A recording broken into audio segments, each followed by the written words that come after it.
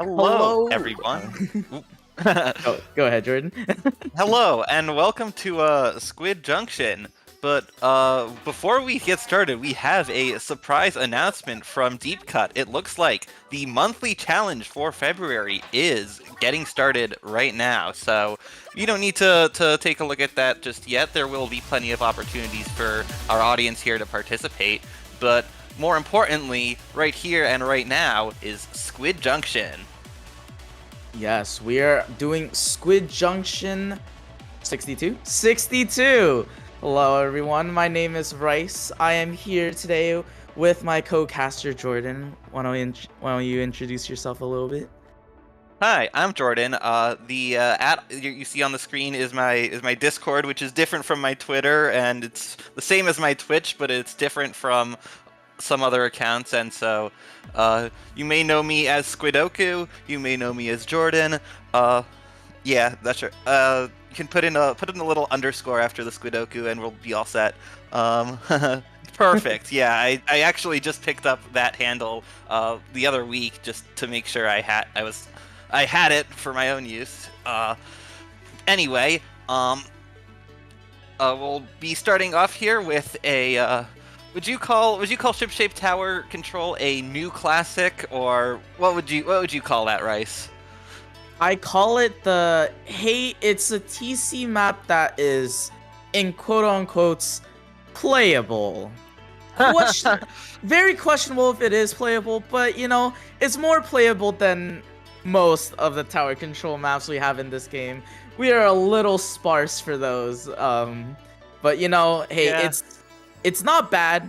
It does get very snowbally, but, that's just how this game is a little bit, Yeah, like, it always feels a little weird to me that there are only 2 checkpoints on Ship-Shaped Tower, and the first one is a huge deal because it's a bit exposed. It's easy to target from by chargers from the highest point of the defending team's spawn, and it's easy to bombard from all sides by the frontliners.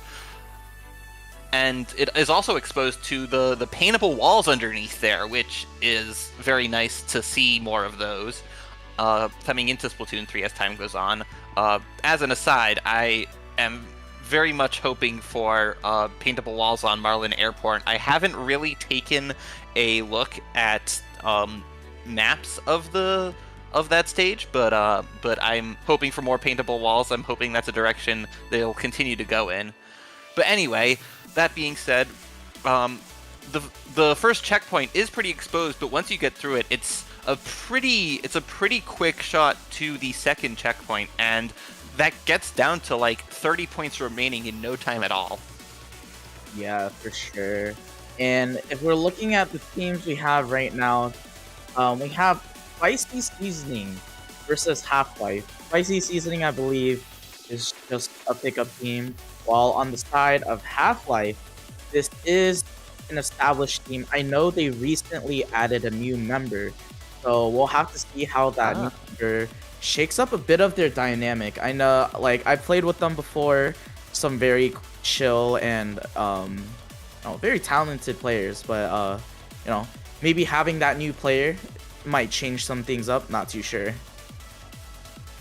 Maybe they might be using different team comps. They might be using different weapons, but they probably won't have to change their philosophy too much. Yeah. Alright, yeah, and we're hearing from our lovely streamer, Jarian, that their newest member, Dusty, if I remember Dusty, they play mainly cooler weapons. I remember they play Pencil and NZAP, and gonna be their in quote-unquote cooler bot, but every team needs that type of player who's just there to paint, give cooler, and let the rest of their team cook. Yeah, it doesn't always have to be the same player, but if one is really good at it and willing to do it, then by all means, that is a valiant decision to take that role of the cooler bot. For sure. And if I look at Spicy Seasoning's roster. I only really recognize two, actually maybe three of these players. I see Kabi, who is a very strong squeezer player. Candy, I'm hoping this is the FM Candy. Very strong dually and gal player, and Yachts, who is, I believe, a charger player. I could be wrong.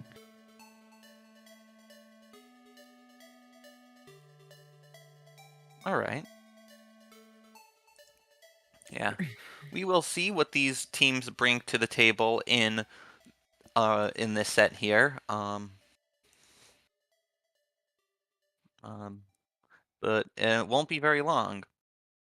Yeah, we're just on the ready screen right now. We're just waiting for everyone to pick their weapons, ready up, and get this game started. I'm sure we'll see uh a lot of Zukas if anyone watched the Sendokyu final earlier today. Lots of Zukas everywhere today. So I'm sure we'll be seeing that going around as we go into the set today. Oh yes, indeed. Yeah, we did recently have the I believe the 7.0 balance patch, but there wasn't really much to the balance changes in this patch. But here we are, getting into it. Ooh, interesting. A range blaster. There's the Octoshot replica, which has the T-Tech kit. And a Squiffer, a Squeezer, and is that a Rapid Pro? Yes, that is the Rapid Pro. Yeah, on the side of Spicy Seasoning, who have already taken the tower and taken 2 out on the side of Half-Life. They've gone 2 down themselves, but they are already getting the tower to the first checkpoint. Yeah, and we see this Junior pop the bubble a little early on tower. I think they're just trying to get past this first checkpoint. Sharks coming out on the side of Half-Life, and we see ICO actually go for that punish. And that's a wipeout for the side of Spicy Seasoning. Yeah, they made that first push. It did get stalled out at the first checkpoint, and maybe Half-Life will be able to break it on their first push. They pop the Zuka, they have the Zuka as well as their pencil on the tower.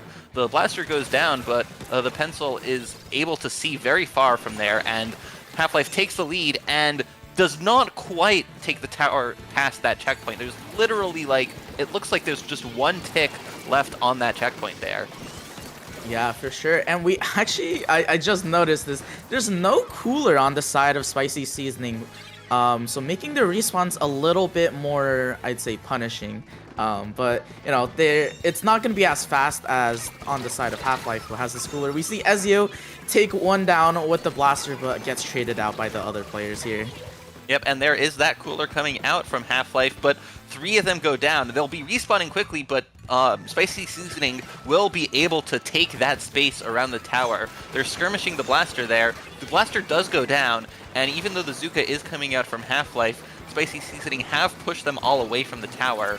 They may be trying to get it back with those ink strikes, though, and they do take it back here. Yeah, for sure. We see this Junior sort of just running around, pops the bubble, going after this range blaster, gets the range and starts pushing the tower here. Yeah, Spicy Seasoning have taken that space. They have the territory around the plat. The splatter shot goes down on the side of Half-Life, and so does the Octo shot. And Spicy Seasoning have taken the lead. They are the first team to make it past that checkpoint. 2 go down again on the side, 3 go down on the side of Half-Life, and Spicy Seasoning seem to be staggering Half-Life pretty well here, and allowing that Junior to just carry the tower all the way to checkpoint 2 in no time at all. Yeah, and the bubble on that checkpoint, unable to really get it past. I think it's actually just the Squeezer left on the side of Spicy Seasoning, just trying to chase that tower down right now. Yeah, the Squeezer was able to survive there on that right side, but the tower started moving away and they couldn't get it. They do get a pick with the Zuka, Cabby does, with that on the Squeezer, and now that Junior is coming back once again on the tower. Yeah, we saw the Swiffer there trying to make a play there, but gets rushed down by, I believe that was Iciol, and we see Kavi just stalling out this left side, but Ezio taking him down with the range blaster. Yep, and oh, there comes the Octoshot coming in, not getting any picks and getting taken down, it looks like, by the Squiffer. The Squiffer is now skirmishing the Range Blaster over there on the left side, and even though they're holding that attention of those two players, the Pencil and the Blaster, their team isn't up to take advantage of it and to get picks on anyone else. They have to just scramble to stay alive and just delay Half-Life from making a push of their own, but Half-Life will need to do that if they want to take the lead.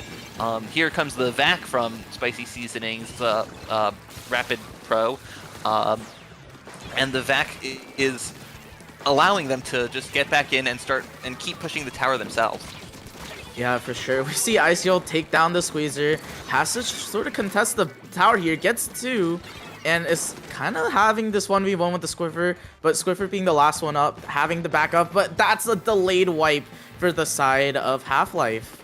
Yeah, this is the opportunity that Half-Life would have been looking for. They have all 4 players up, they have 2 specials ready, and including the cooler that goes out. One of them gets on the tower, and they are a bit delayed in getting back on it. Or rather, one gets off the tower. So that might be a bit of lost time that they really wouldn't have wanted, because the VAC is out, there's a bubble out protecting the players of Spicy Seasoning. Half-Life still has a tower, but they get taken out. They get a wipe, though, and now they can just get the checkpoint, and they might be able to take the lead if they can get it all the way to that second checkpoint and continue this push. Yes, this is very dangerous, a dangerous situation for Spicy Seasoning. They're sort of at the rush the tower. They actually get 2. It's a 2v2 situation. Just a shot, and they get the tower at the end there. Wow, a very risky moment there for Spicy Seasoning, as they had gone all down and Half-Life had taken the tower, but Half-Life, they might be ruining a little bit of lost time, a little bit of miscommunication maybe in keeping someone on the tower at all times when it was still in mid and they had control.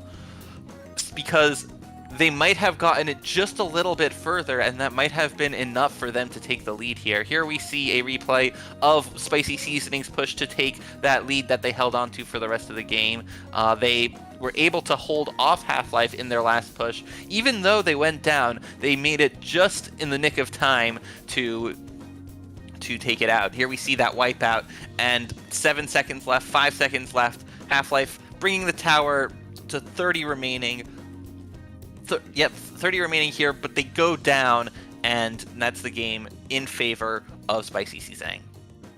Yeah, for sure. At the end there, Half-Life, I could say, getting a second win there, almost getting it to that checkpoint, catching up to the lead, but just a little too late, which, you know, that's sort of what happens sometimes, especially when the opposing team has such a big lead. But we are actually just going straight into our second game. Don't even give us any time to talk about it. Splat zones on Robo Ramen. They are already Jordan. They are already ready and raring to go. I see the Nautilus and some kind of machine coming out. Then the same comp as before coming out from Spicy Seasoning. If it ain't broke, don't fix it. Maybe it'll work on Robo zones. Both teams coming out towards the zone. Spicy Seasoning all in formation. Half-Life flaring out a bit more. Half-Life does appear to have some pain on the zone, but Spicy Seasoning has a little more. 2 going down on Half-Life. The Nautilus stays up and has to back out because they're the only one left as Spicy Seasoning takes the first capture of the game. Yeah, and the Nautilus just has to jump out there. We see Yachts pushing up with this vacuum, trying to make some space for their team. 2 people pushing up. The Squiffer gets a nice shot there and gets a second shot. Oh, man. The jump shot from the Squiffer, what it is known for. The Nautilus is there on the snipe, trying to defend, using that Inkstorm to try to get their team in to get to the zone. But that bubble, that might be the Squiffer's bubble, defending the zone, holding that space, and letting the timer tick down further and further. Yeah, we see here, Spicy Seasoning doing an amazing job just rotating the bubbles that they have. They have 2 bubbles to use. We see Candy actually takes one down with the Squiffer. That's 3 down on the side of Half-Life, and just 15 ticks left. The pencil goes down as well. It's basically a delayed wipe, and Spicy Seasoning only have like a few ticks left, and 100-0. They take this game, hold on to the zone, keep the zone, and they do not let go of it. That was the if you were to tell me how to play zones, this is what I think about when you play Splat zones. Like, Spicy Seasoning doing such a good job locking out their opponents. They staggered them as much as they can, and once they got the specials, that's when they knew, hey, I can start pushing up, I can start fighting these people, and doing a really good job rotating the bubbles that they have. It was really hard for Half-Life to really push in with those. Yeah. Spicy Seasoning's comp with 2 bubbles and a vac was one that relied heavily on the power of the main weapons and sub weapons to fight. And even with the point sensor and the splash wall, it was really mainly the main weapons fighting capability. But they used those special weapons to perfection, just holding onto the zone. The vac and the bubbles coming out in sequence to prevent Half-Life from getting anywhere close to the zone. Yeah, Spicy Seasoning winning the set 2-0. They move on to, I believe, round 3 of our bracket, and Half-Life moving down into the loser side for brackets. We are in a double elimination situation, so Half-Life still has time to bring it back. They do indeed. And Yeah, that first set was technically round 2 because due to the number of teams in this tournament, both of those teams had a first round bye.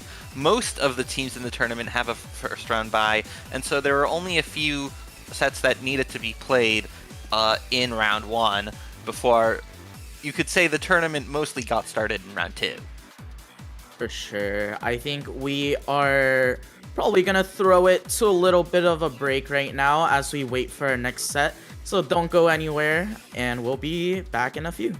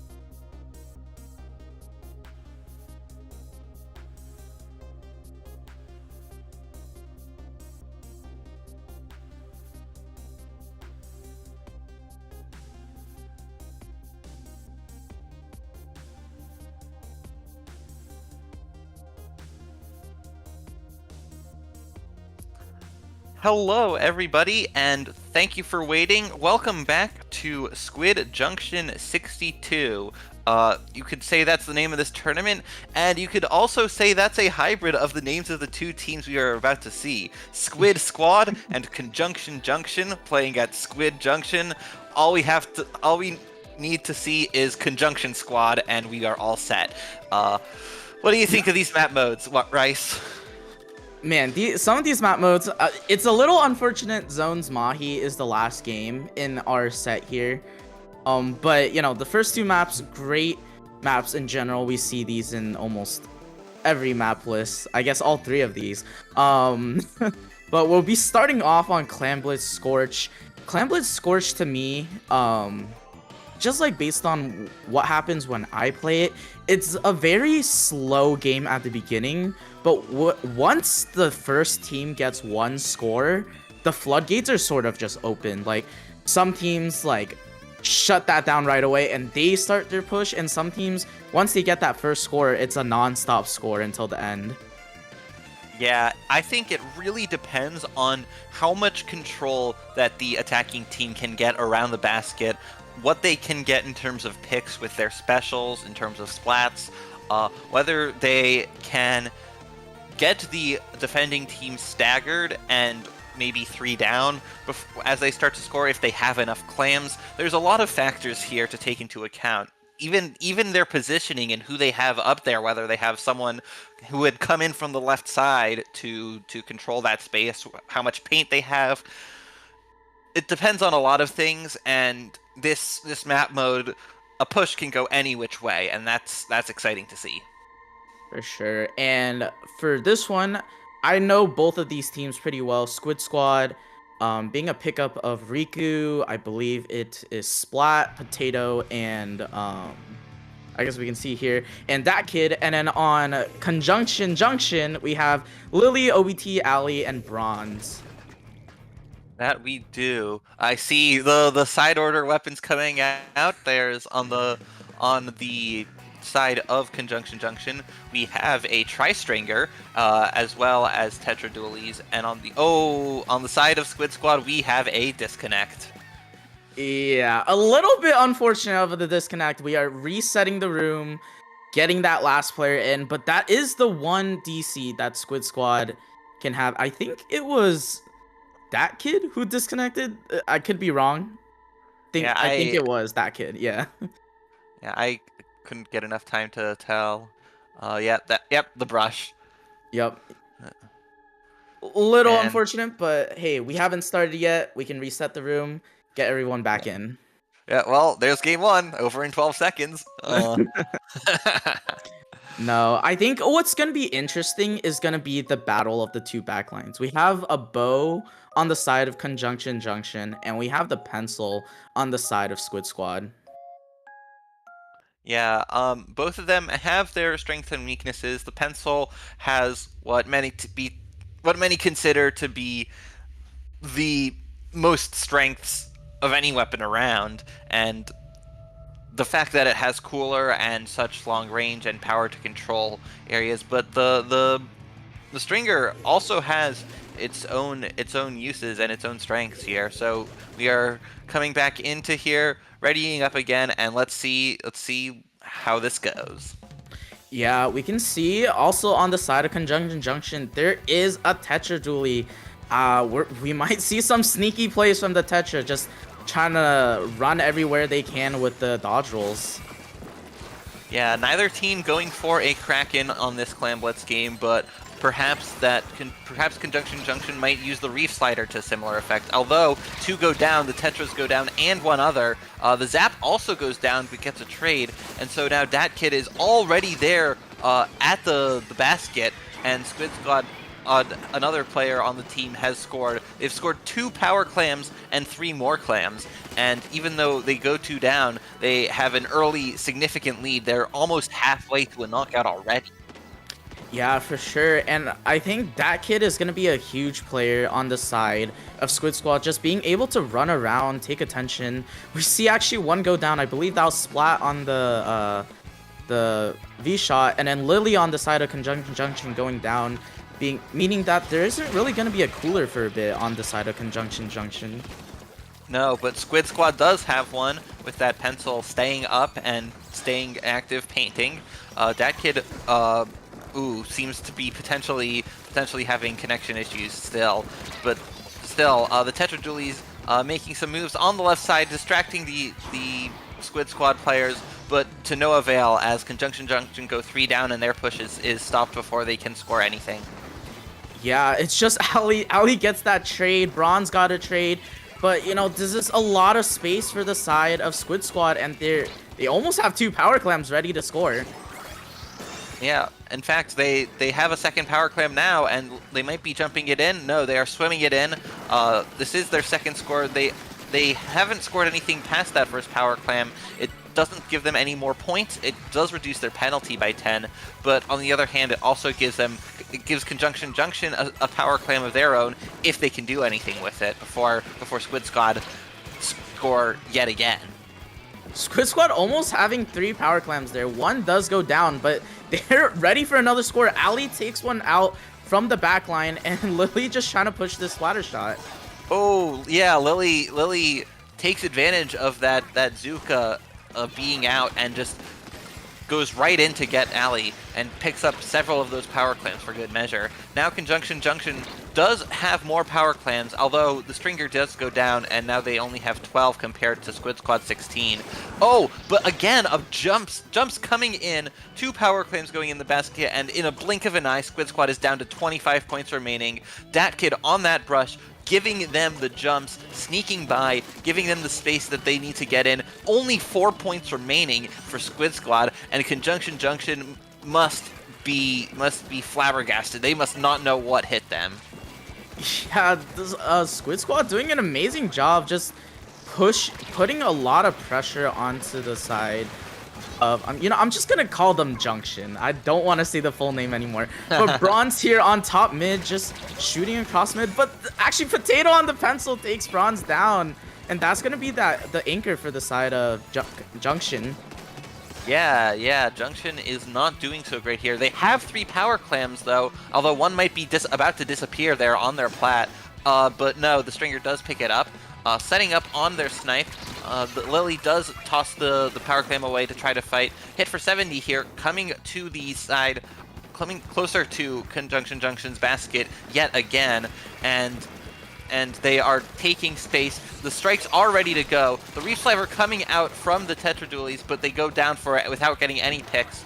The Slosher goes down. The Zuka comes out from Squid Squad. Specials going back and forth. Dat Kid picking up clams, not able to make a power clam just yet. Both teams have sacrificed clam economy for this fight here, and as the seconds tick down, less than a minute remaining here, Conjunction Junction will be desperate to make something happen, to get these enemy players out of their base and get some momentum of their own. But no, they can't do it. Instead, Squid Squad score yet again, and they get the tri-strikes, and they might have enough clams to finish this off right now.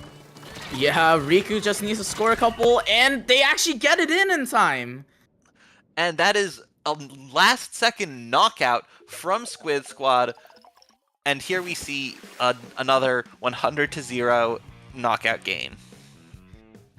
Yeah, man, it's so tough, I think, for Conjunction, I think, because like we can just, let's look back at this replay. We see actually, do they score here? I don't know if they score here, but they play really well into mid. But I think the biggest issue was Conjunction couldn't really get past their own side of mid. It was the constant pressure from the pencil, and then just that kid running around with the brush, making so many distractions for the rest of their team to, try to capitalize off of that. Yeah. Junction might have been able to get trades. They might have been able to slowly, methodically move up the map with the space they were able to take, but they blink their eyes for 1 second. The brush has gotten past them. The brush has gotten all the way under their basket, and then all of a sudden, 2 players are jumping power clams in, and they are scoring all the way to 4 points remaining. Yeah, and I think, again, I said this earlier, but the brush just being able to run around especially on Scorch, where they can just run across the grates and onto the enemy plat. That did so much for their team to, whether they wanted to jump in, which they did have the time, or that first push that they had, they sort of just strong armed their way through that right elbow and had a really strong, just a really strong hold for the rest of the game. Yeah, they certainly did. They just did not let Junction get anything done there. Yeah, we could just call these teams Squid and Junction. Why not? Yeah, welcome to Squid Junction, Squid Squad and Conjunction Junction. Yeah, Squid Junction, starring Squid and Junction. Yeah, for And sure. next we will be moving on to Tower Control on Hagglefish Market, and it looks like that game is just about to get underway. Yeah, Tower Control Hagglefish. This map, getting past that second checkpoint is going to be crucial to whoever wants a big push. And is that a Clash Blaster I'm looking at right now? Oh, From that is kid? the Neo Clash Blaster with the Chump Kit, the Curling Bomb, and Super Chumps. That's gonna be a sight to see. When you say people use blasters on Tower Control, that is usually not what you're talking about. Both teams fighting it out in the middle around the tower. One going down on the side of Junction, and Squid take the tower first. They get Azuka out, they get the cooler out, and even though the Slosher goes down, 3 of them go down, they're likely all coolered up, and so they will be back in just a moment as Junction take the tower themselves. You know, knowing that kid as a player, I am not surprised that they brought out the Clash Blaster. We actually see that kid gets one pick, gets a second pick onto Lily, and just starts pushing up. Can they get a third? They can't get that third, and Ali just on the side here with the light Tetra Dually, so Zipcaster this time. Yeah, the Zipcaster using that to navigate around the very varied terrain here on Hagglefish Market. One going down though, the shot, 2 going down on the side of Junction, and Squid Squad might be able to take this lead back here. The whale coming out from Bronze, but it does get 1 pick. And another goes down on the side of Squid Squad, so they're only able to get the tower back to 92 remaining. Yeah, and we see the Tetra Dually here using the Zipcaster actually gets taken down by the pencil, and that's gonna be 2 down on the side of Junction. Yeah, they are not able to make those pushes stick. That even though they can get a few points, they can't really get the splats there. And now Conjunction Junction have gone down 2 players again, and Squid Squad have taken the lead again, and they are on their way. They have made it to the first checkpoint, and without any specials ready for Junction, they might not be able to stop this push just yet. Yeah, we see the strikes coming out from Riku here. Just trying to make some space, trying to push up with the super chumps. And you know, just I do not even know what's going on myself. But we see one on the right side. That's Ali with the Tetra Dualies. Takes one down, trying to contest the second checkpoint here. Yeah, they tried to contest the second checkpoint, but those Tetra Dualies are not getting the picks that they are looking for, and Squid are already at the third checkpoint, and they are moments away from knocking this game out as well. Yeah, and we just saw 2 people on the tower rotating around, spinning around each other. But What a steamroll out there from Squid Squad, taking the W in this set over Conjunction Junction. In this Squid Junction, the win goes to Squid. yes, the win going to Squid on this this match. We can see the replay here. Bronze getting 1 with the killer whale, Ali getting a second with the Tetras, but just unable to really push too far up. And we just see that kid with the blaster here. Yeah, getting taken out by the whale, but getting an assist anyway. Yeah, here, as Squid Squad have already started their push towards inevitable victory, although it only seems inevitable. until now. They have been able to stagger Conjunction Junction, take them out, prevent them from getting the specials that they needed, from stopping that push. They are getting plenty of specials themselves, no doubt boosted by the increased special charge from controlling the tower, but using those specials perfectly and taking out Conjunction Junction in order to secure the win in Game 2 and the win on the set as a whole. Yeah, and I think that was perfect play from this side of Squid Squad. They played very together. They made sure they were pushing up as a team. And I think that's the hard part with Conjunction's uh team comp, because we all know how Tetra Dualies play. They Mhm. sort of run in on their own, go make space, but sometimes the team's not ready to push up. And I think that was the biggest issue. They weren't able to take advantage of a lot of the space that they had. And it could just be that Squid Squad did a really good job just shutting it down. Yeah, if you're on Tetra Dualies and you're trying to skirmish the enemy team, but your team isn't already putting on pressure that the enemies have to be dealing with, then the enemies can just locate you. They can use the advantages that their weapons have, whether that's range or a faster kill time. Then they can easily just take you out, and then the skirmish that you were trying to do is completely nullified. For sure. And I believe we're gonna go on to a little bit of a break. We're waiting on a couple sets. We can see the bracket right here, but don't go anywhere. We'll be back with more Squid Junction soon.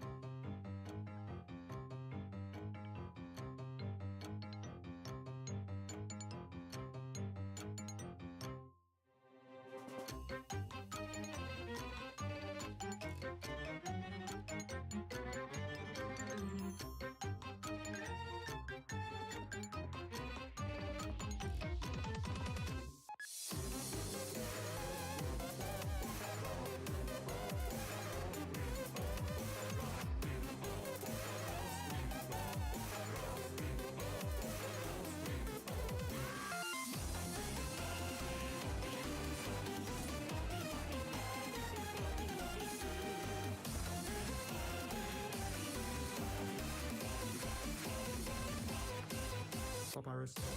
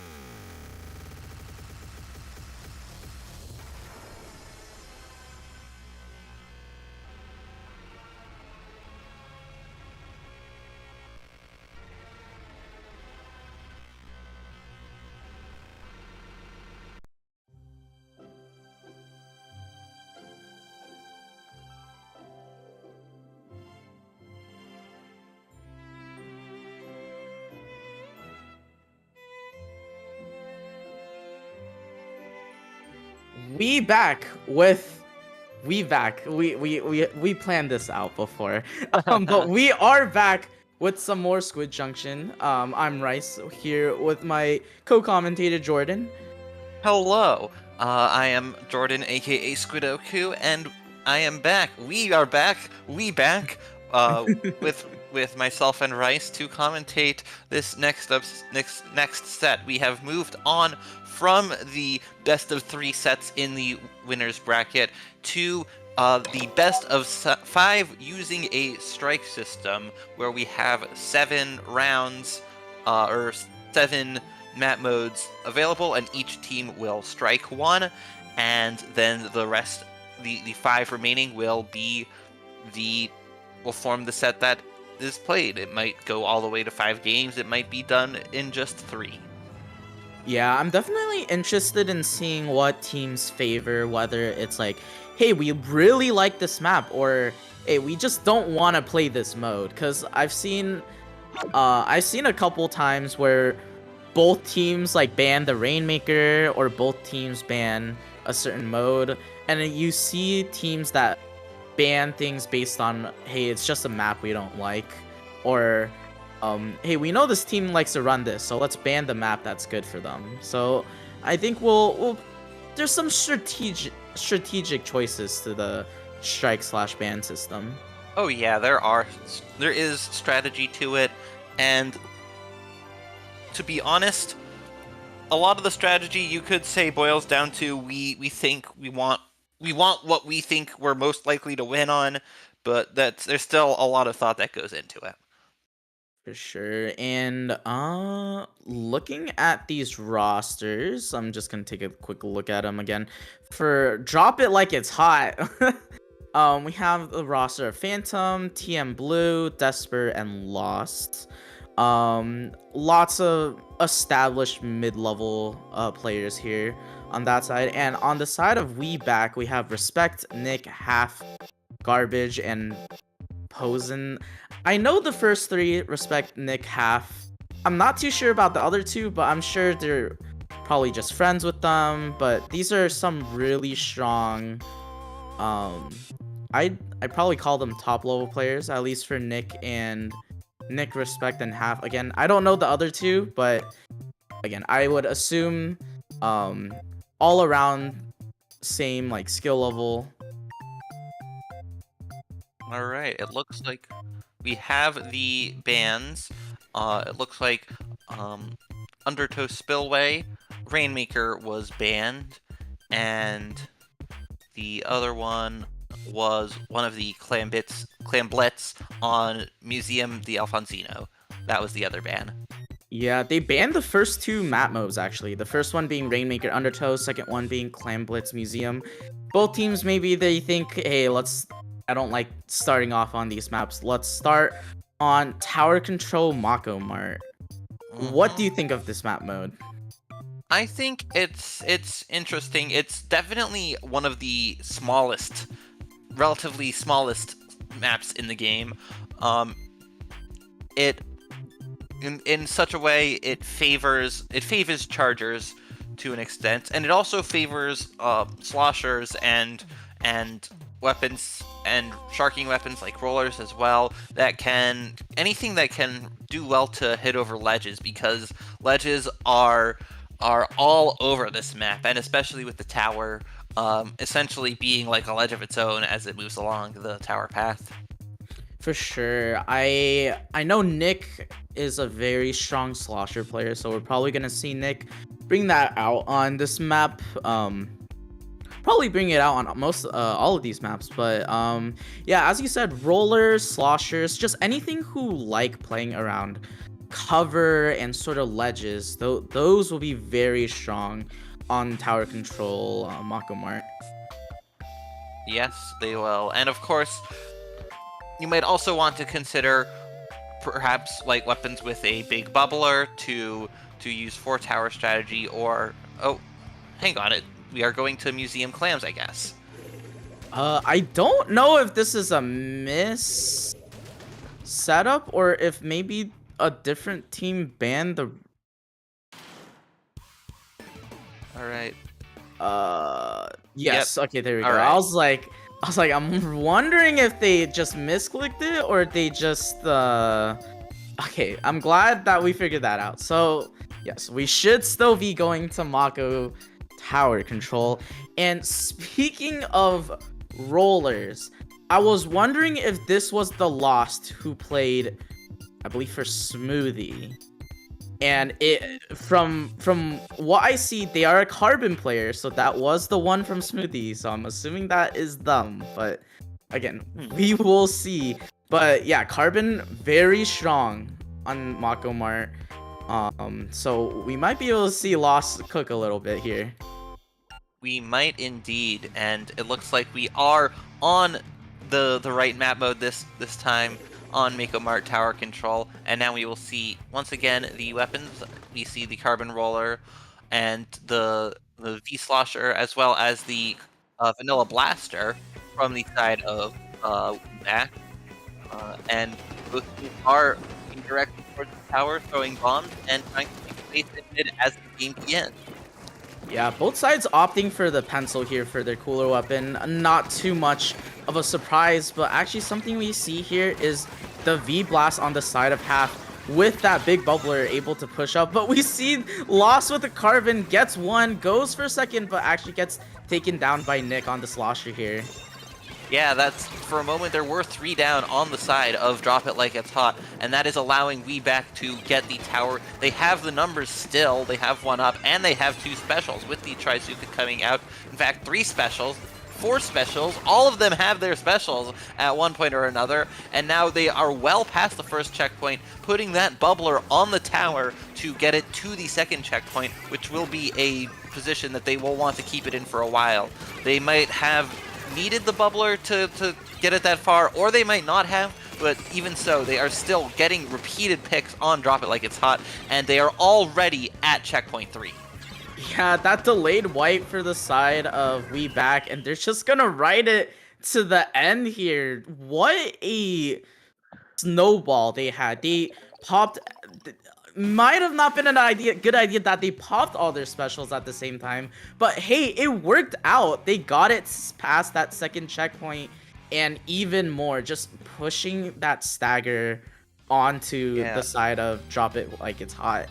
Yeah, they must have been managing their special charge very well, and they got all their specials, you say at the same time, but they were really one right after the other in the way that they were able to use them. There's that Zuka coming out first. The Zuka was like, the charge was filled and they immediately used it. Then the strikes were already ready. Then the cooler came out as soon as the pencil had it, and then the bubble came out on the tower, and in the blink of an eye, WeBack were already at the third checkpoint, and in only a minute and 15 seconds, they were able to knock it out and take the set to 1-0.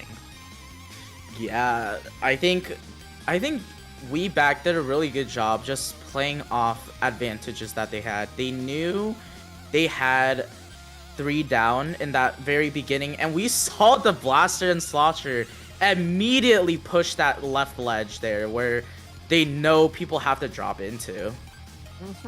Yeah, it is. It's hard to take from it's hard to retake from the left. It's hard to retake from the right. It's hard to retake without specials, and because WeBack were able to stagger them so effectively, Drop It Like It's Hot, we're not really able to get the specials and to get any kind of advantage at all that they would have needed to retake. Yeah, definitely. But we are moving on to our next map mode. We have Splat Zones on Hagglefish Market. What I would like to say as, at least for I think Zones map, like the final destination of the of maps that we have in this game. You think that's Hagglefish Zones? I think it's that, or it's just, hey, we like this map, let's play it. Yeah, it's relatively straightforward. I mean, it's relatively linear, but it has pretty significant terrain on it, and it's popular. And we have both teams coming in. There's a T-Tech on the side of Drop It Like It's Hot. and the Octo Shot, which is the same kit as the T-Tech coming out from WeBack. So they have that as well as a V Shot, but Drop It Like It's Hot are able to take the zone first. They WeBack are the ones who take the zone first. Yeah, for sure. And we see Half here pushing up, gets 3, and that's the wipeout for the side of WeBack. They're starting the stagger here again. 2 players on the tent already, and they have strikes ready to use to throw out this crab tank. Yeah, the crab tank is going to want to make something happen, but the specials are coming out from WeBack and holding back Drop It Like It's Hot.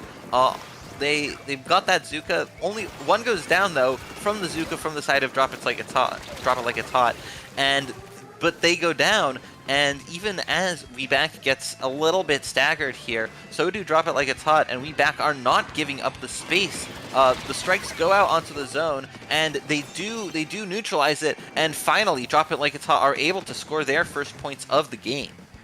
Yeah, I think something that's going to be interesting for WeBack on their retakes is they have a double strike comp here from the Octo Shot and from the Slosher. We see the first set of strikes here. A second set of strikes ready from the Slosher. They actually get the zone without it, and I think they're going to try to push back in. Gets the pencil. That's a crucial pick there. Yeah, that is crucial. Drop It Like It's Hot were able to neutralize the zone, but then the pencil went down, and they just did not have the paint. That Carbon is not going to paint for itself. That needs the support from everyone around it to be able to do its job here, and WeBack are able to take out the pencil, take out the flash one at a time, and prevent that paint from going down. Strikes alone aren't going to do enough to do it, and with that, WeBack have their own strikes that are coming back out to take that space right back. Yeah, for sure. And we see on the side of WeBack, they're letting go a lot of space here, but I think they know that they just have to play this paint battle. See the strikes come out from Phantom, actually gets the cap there, and that's just going to be a little more time for Drop It Like It's Hot to make a pushback.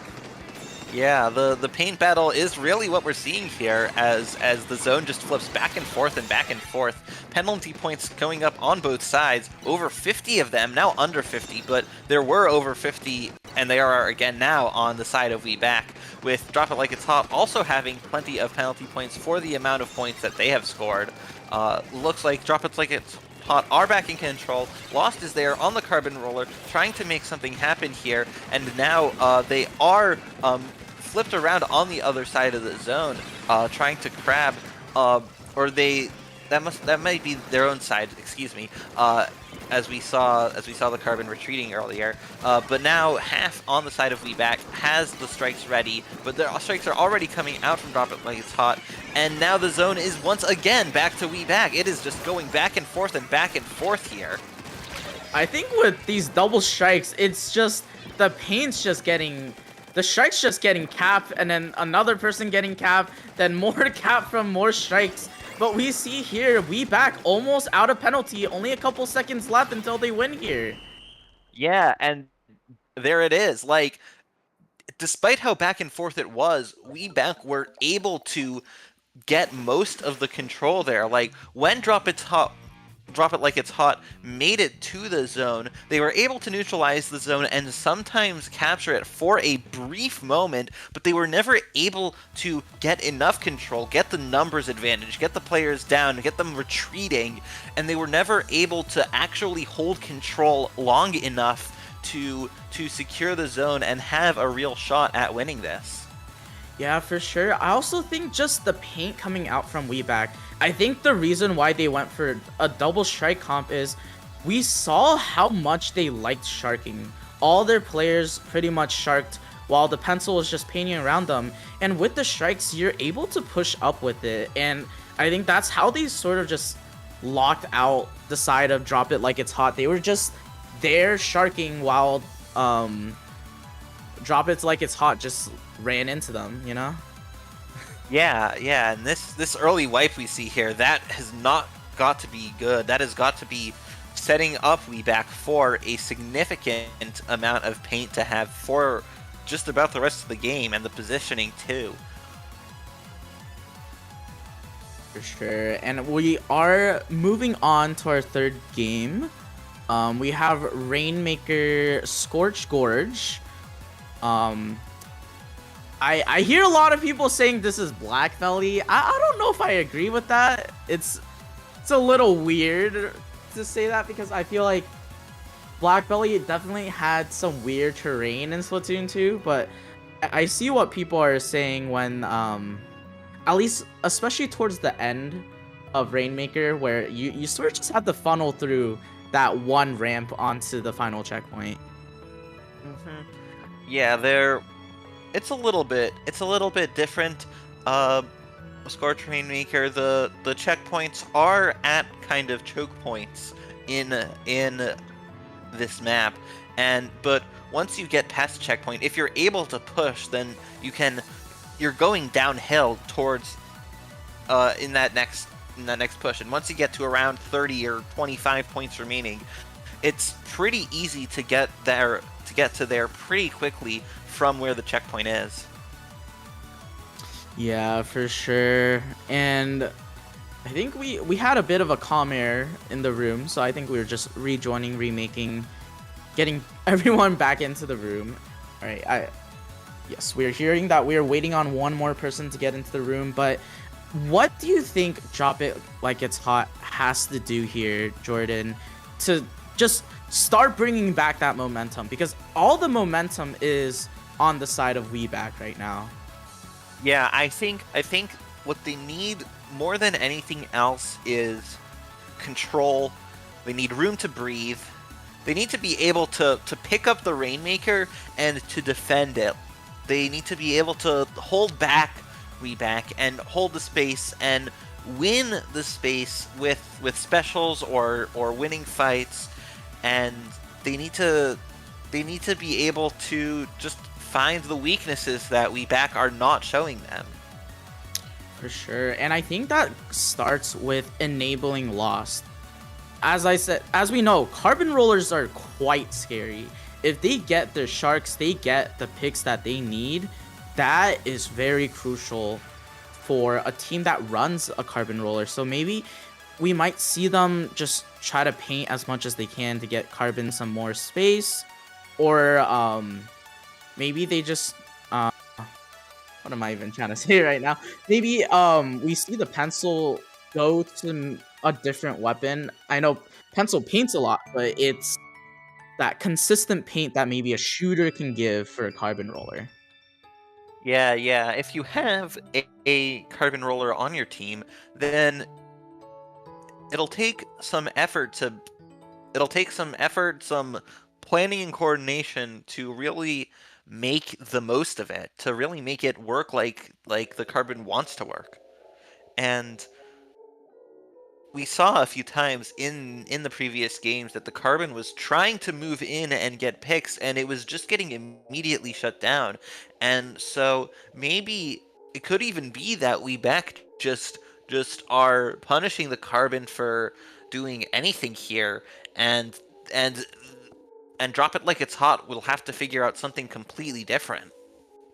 For sure. And I think we're about to get into our game right here. The match point for the side of WeBack. Drop It Like It's Hot. This is do or die for them. We see the same comp, the first comp they had with the splash. And we actually see a machine and a squeezer come out for the side of WeBack. A machine Neo, a squeezer, and a order shot replica, basically a V-shot. That is 3 Trizukas on the side of WeBack. Their cooler is already out. The squeezer is set up with that wall in under top mid. The Carbon does get a pick there, the shot going down, and the Zuka coming out, getting another pick, and now it might be time for Drop It Like It's Hot to make this happen. Oh, but what a Zuka shot from half, getting the Rainmaker there. I think getting a second pick. Oh wait, no, that's the other side. What am I looking at? But we can see here, Drop It Like It's Hot. Lost using that Zuka, gets one pick, half sort of in an awkward position, gets the Zuka, but the checkpoint down for Drop It Like It's Hot. Yeah, despite the position, half is able to get the trade, although the pressure from WeBack is already on, painting around the Rainmaker. That Slosher coming in from underneath, that Machine Neo. They have a Zuka ready, but they go down. The Drop It Like It's Hot are able to pick up the Rainmaker, but at the cost of wiping out, and now WeBack have total freedom to take mid. They're already by the checkpoint, half is, and even though the players are starting to spawn in from Drop It Like It's Hot, WeBack already have the Rainmaker. They are moving to the checkpoint, and they've gotten the checkpoint. They have their specials, and they are getting picks. They haven't gotten the checkpoint yet, but they might be able to get it here. Half just sharking there, gets one, survives that second one, gets killed by the Zuka, and we see TM Blue with the crab tank here, just trying to make as much space as they can with that. Yeah, that's a good move on Drop It Like It's Hot for preventing the Rainmaker from dunking. I didn't see what splatted it there. I just thought it was a dunk. But they held WeBack back. But now, as they try to move into mid, one goes down. Doesn't look like a great play, but two more go down, and there are picks on both sides as the game has gotten to a relatively neutral state, except for the fact that Zuka coming out from the side of WeBack, they are getting picks. Even though one goes down, they are taking mid now. They have basically all of mid in their hands. Yeah, WeBack has so much space here. They're trying to play this patient game, I think. They're trying to get picks. They're playing for their special. Respect picking up the Rainmaker with Cooler. The Zuka coming out for the side of Drop It Like It's Hot.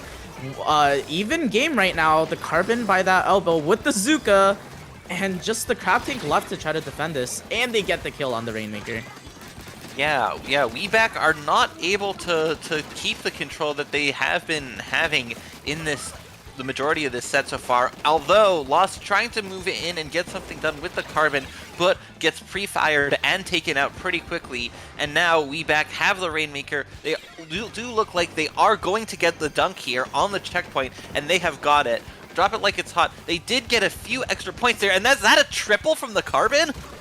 Yeah, Lost getting a triple there, getting a little unfortunate, getting taken down by this Squeezer here. Squeezer, man, this Squeezer has been getting so many multi-kills here. They Drop It Like It's Hot decides to reset Rainmaker here, trying to get a little more space, and we can just sort of see WeBack holding that pressure they have in mid.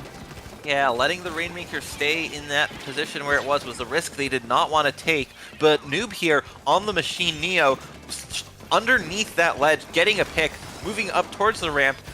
The Zuka coming out from Drop It Like It's Hot, trying to get something on the Rainmaker, but the Carbon goes down themselves, and Drop It Like It's Hot are desperately scrambling to hold on to the lead here as barrage of shots from the Zukas, from the Rainmaker. There it goes. The Rainmaker is coming down. They're down to 47 remaining. They could score more though, but they get wiped out, and so this could be a chance for Drop It Like It's Hot to take it back with less than a minute to go. Yeah, Drop It Like It's Hot. They need to get, I think it's around where the pillow is on this map, but you know, the triple Zuka is gonna be deadly on the side of WeBack. We see Nick get two there with the Squeezer, and it's half flanking from behind, just Lost here in mid, trying to hold as much as they can while half just punishes that Carbon roller there. Oh yeah, the lapse in attention to the side, or the lapse in concentration has completely stopped Drop It Like It's Hot's push, and they are seeing this set slip away from them as they do not have the lead. The Rainmaker has been reset and they are nearby it. With 5 seconds left, they have to pop it and go, but they might not be able to do so in the next second. They can't pop it, and the set goes to WeBack 3-0. Yeah, WeBack, amazing job with just holding so much space with what they do. Just being so aggressive. You know, triple Zuka is triple Zuka. I think we all come to the reality of that. But like, man, what happens when a Zuka just kills you across the map? It's a little unfortunate, but we see Nick here. I think this is where they got a double, taken down by the pencil here. But you know, I think Half did an amazing job just pulling so much attention away from the Rainmaker and making the side of Drop It Like It's Hot have to look at him. Yeah, absolutely. This was, I think, the toughest challenge of the whole set for WeBack this game. There was quite a while where they were playing from behind. They didn't have the lead, but eventually they found a way through, and they were able to make a significant push that Drop It Like It's Hot just simply did not have the time to return. For sure. And Drop It Like It's Hot. I think they finally got the groove of things on game 3, and that's what matters the most. I think although they lost the set, they've got a better idea of, hey, we need to play like this, and that's sort of what we saw there. They had lead for a good 4 minutes of that game actually, so that's pretty good for them. Yeah, yeah. Even though they lost all 3 games, those losses were definitely not all the same, and the progress that they made in figuring out how to deal with WeBack, how to deal with what sorts of threats that they were posing, that progression and that advancement that they had through the set was clearly visible. Yeah, and we're taking a quick look at the bracket right now, thanks to Jorian. We can see that we're actually just waiting on one more game, or waiting on one more set for our semifinals. So we're gonna be waiting on that last set for quite a minute. We have Solstice versus We Win Part 2. But don't go anywhere. We'll be right back with a quick break right now.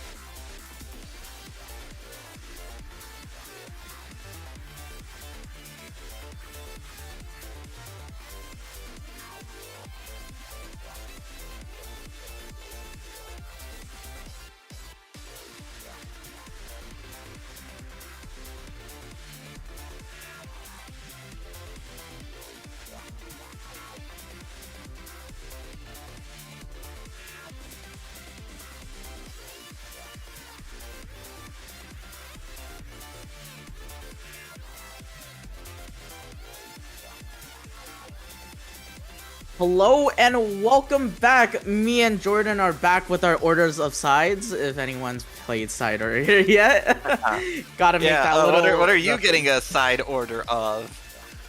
I'm liking a bit of looking at this map list. I like a bit of a side order of Yeah, I don't really like any of these maps. Yeah, Maker well, Undertow. hey, There we go. yeah, I guess we are getting potentially ramen in round 3. So I don't know, rice. You might get some rice on the side. Ooh, maybe. Right, rice with ramen is a interesting combination, but Hey, can't have too many grains, or I guess you could, but we'll see. We'll see if it does not get struck by either of the team. Robo Ramen Clams. I know that Clams is not the most popular mode.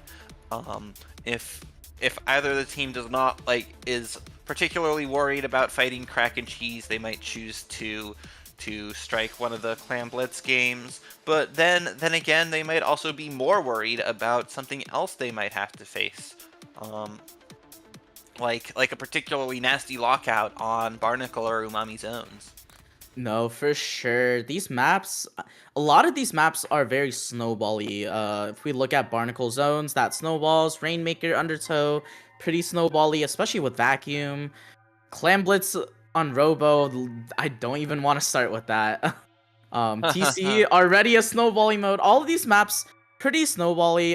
Ooh, I think we're getting our strikes in right now. Yep, We got Barnacle zones is already Barnacle gone. Zones. I think we called that one a little bit. Yeah, yeah. Nobody wants to take the risk of losing the first fight and just being locked out for the rest of the game if they can avoid it.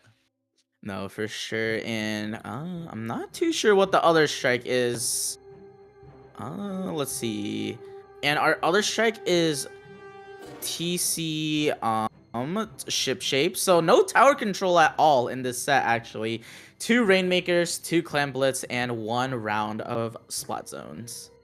Yeah, so with the only tower control map being struck from this set, we are going to cycle through Rainmaker, Clams, and Zones at least once, as this is a best of 5, and we will see at least 3 games, and maybe we will see more if both teams are able to win at least one of these games.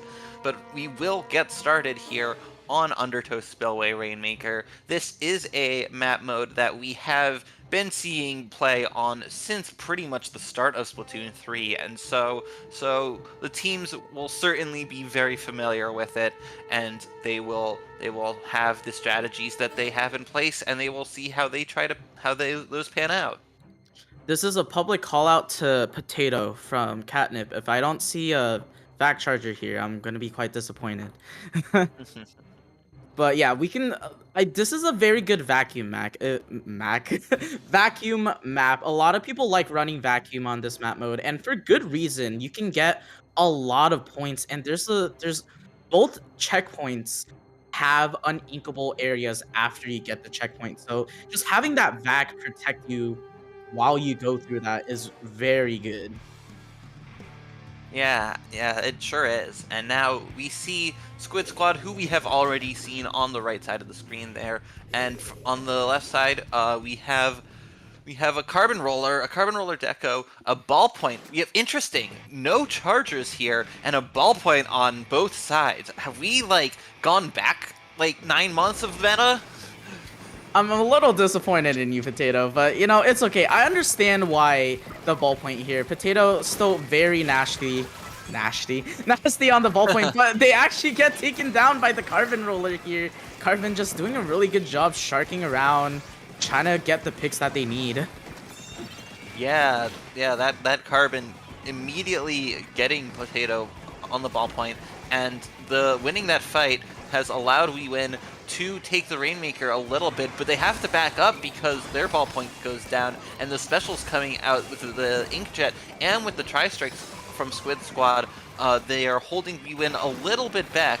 They get their own Zuka though, and they are trying to go up the left side. The bombs come out, and Squid Squad have stopped the Rainmaker.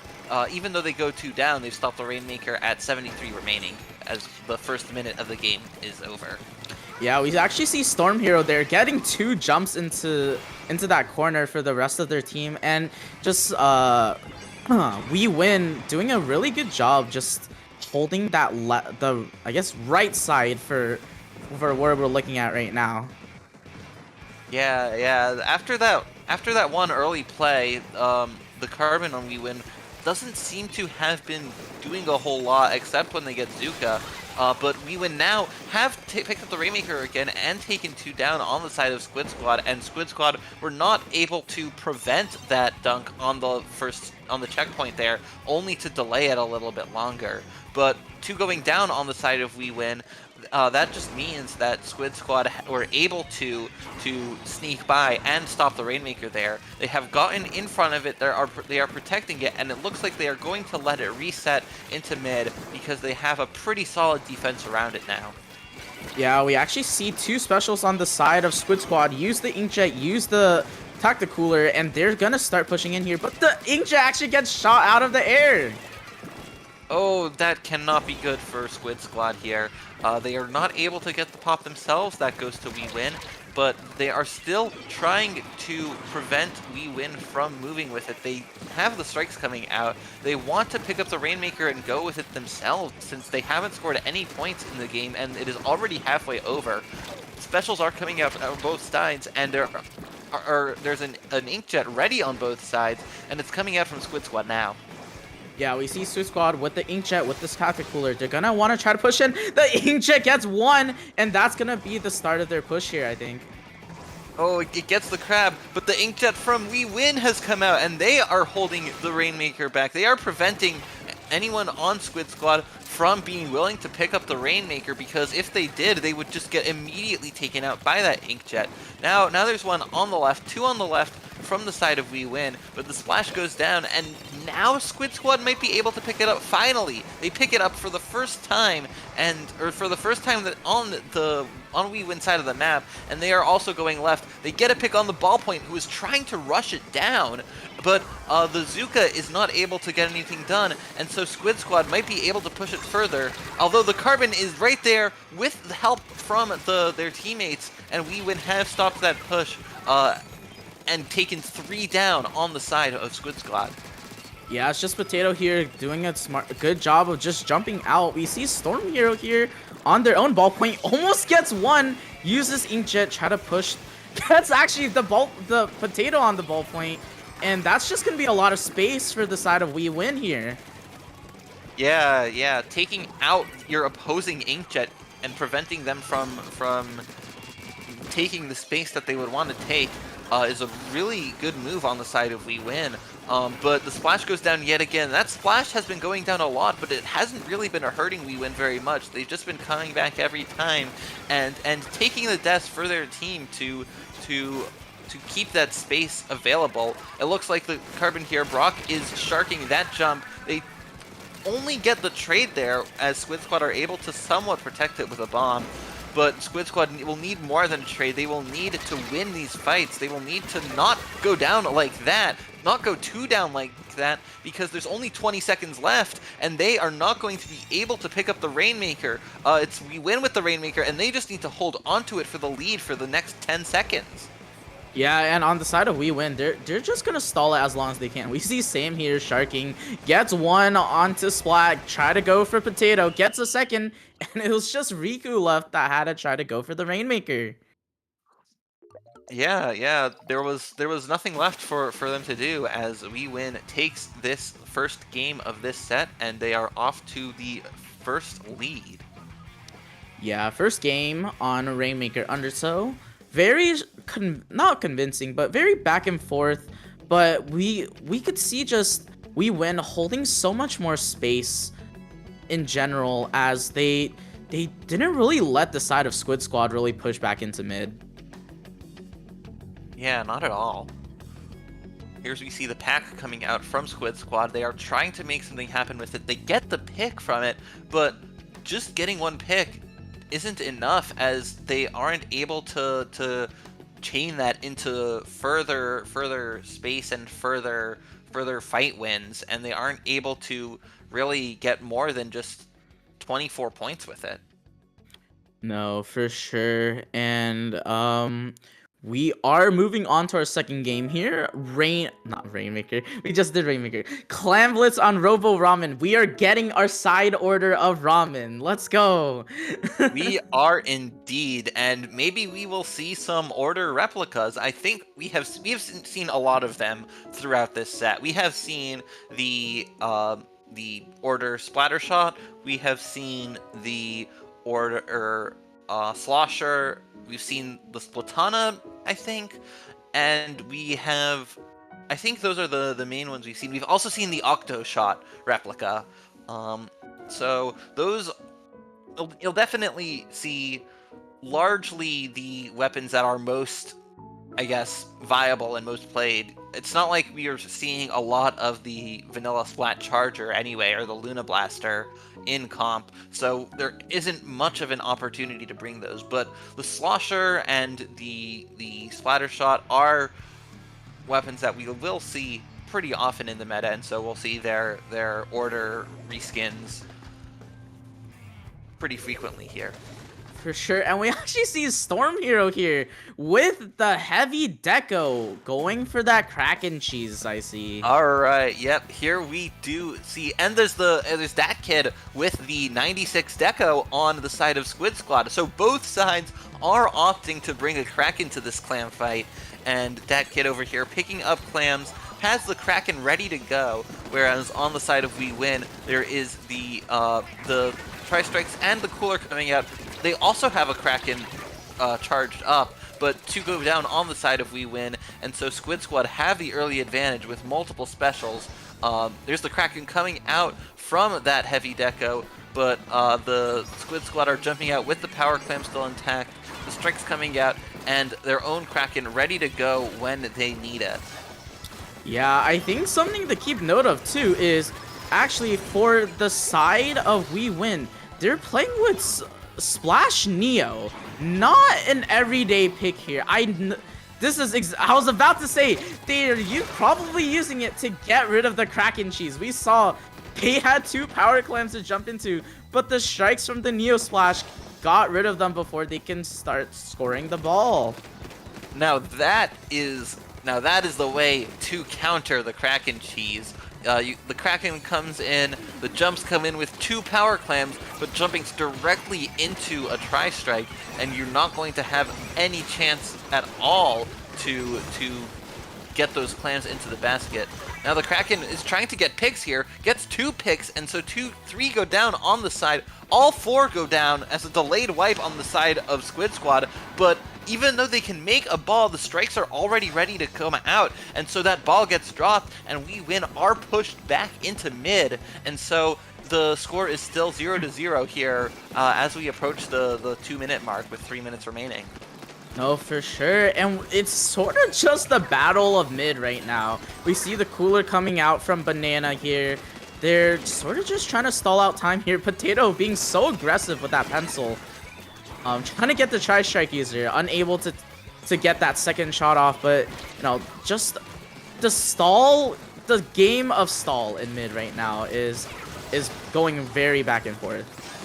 Yeah, it's a game of stalls, it's a game of trade, as we see a trade of Neo Splash for Slosher. But now the Carbon goes down on the side of We Win, and so with the numbers advantage, the Kraken is available for Dat Kid on Squid Squad, but the question is, are they going to try to cheese it again? Or, like, while the Splash doesn't have the strikes ready, but too late, the strikes are ready, and so the Kraken's going in again, but we might just see the strikes come out once again, and there they go, there are those strikes. The jumps go in, but this time the Clam is able to get into the basket. The gal is holding that space and gets the Clam into themselves, and so now Squid Squad are up 40 points to 0 with the first score of the game.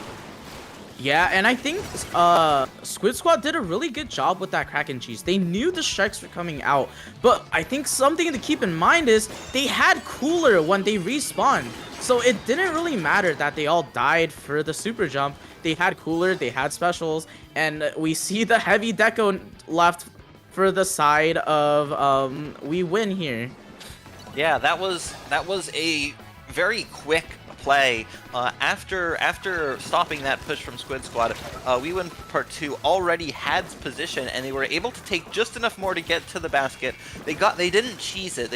I don't think they cheesed it with the Kraken, but they got a power clam in, but just that and 3 more clams, and now Squid Squad, now it's just going back and forth like a seesaw, and Squid Squad, they are making their next push, and they are scoring. They've gotten rid of that penalty, and they are now 20 full points ahead of We Win with only a minute to go.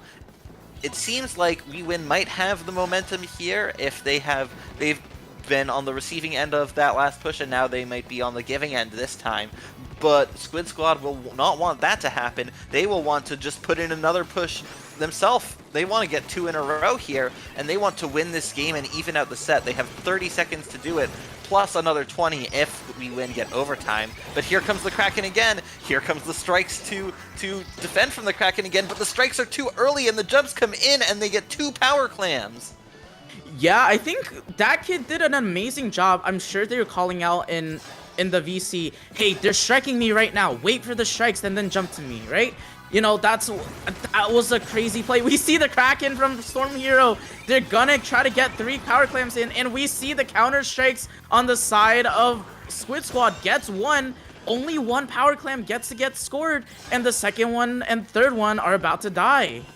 They have a jump, but they don't have any more points. They don't have anyone else there, and that single power clam is not enough for We Win. And they were not able to out Kraken Squid Squad, and so Squid Squad take this game 75 points to 35, evening up the set at 1 apiece. For sure, and I think, you know, we saw Kraken cheese from both sides, but I think, again, as I said here, we can see this here. This is their first score from the side of Squid Squad.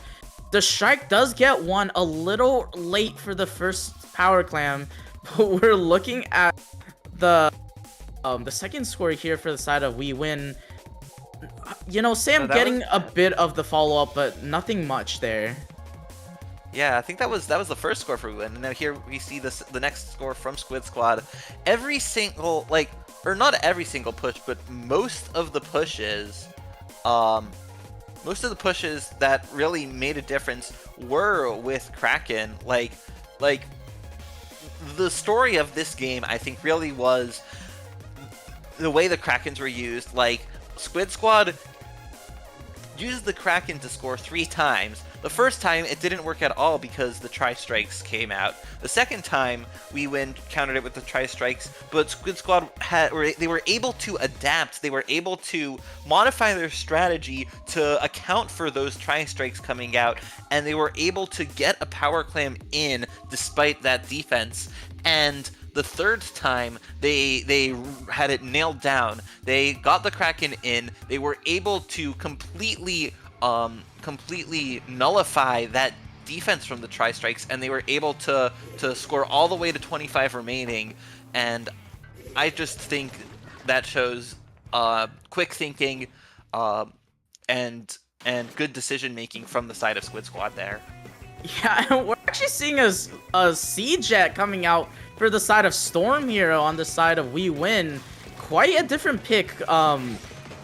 You know, Rain, I think Rain is really powerful for zones, and we can just see here the battle of mid, as always, in here in the initial, but we see the Carbon going down, and we see the Crab thing coming out for the side of Squid Squad. Yeah, that Crab taking top mid, Squid Squad getting control of the zone for just an instant, getting control of both zones, that is, because this is a 2-zone map here on Umami Ruins. We were talking about the previous game that it got so quickly into this next one, we didn't even have time to introduce splat zones on Umami Ruins here. No, both these teams readying up super fast. The Slosher gets 1, tries to get the Carbon backs up, very smart of them, but they still get picked off, and this is gonna be a pretty good lockout for the side of Squid Squad. Yeah, We Win must be trying to change up something to counteract what Squid Squad are doing, or they're just flexing onto weapons they think they are confident in and that would work on this map mode, because this is a pretty different map mode that we don't see quite as often in competitive tournaments.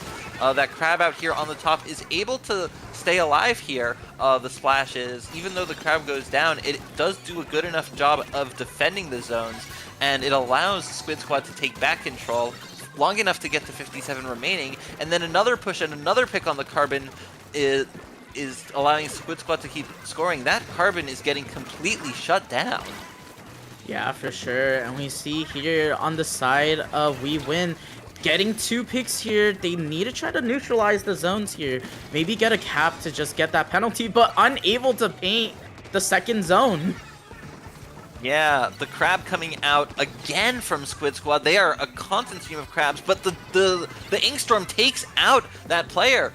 2 go down on the side of We Win, but as 2 go on Squid Squad, I mean, but as 2 go down from the side of We Win as well, they're gonna need to put in the work to cap the zone, and finally they do, stopping that first push from Squid Squad at 25 remaining.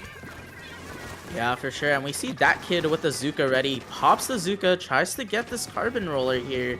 But Carbon just sharking around, waiting for someone to start approaching them. Yeah, just the right spot behind that pillow. The Carbon does get a pick on the pencil, gets another, goes down for it, and 2 of their teammates go down, though, as the specials are coming out from Squid Squad.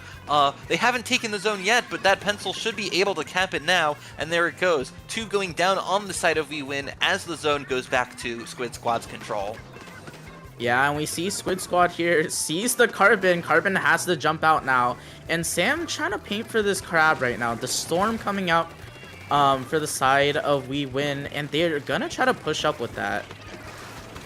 Yeah, they're going to need their specials. They're going to need to do something.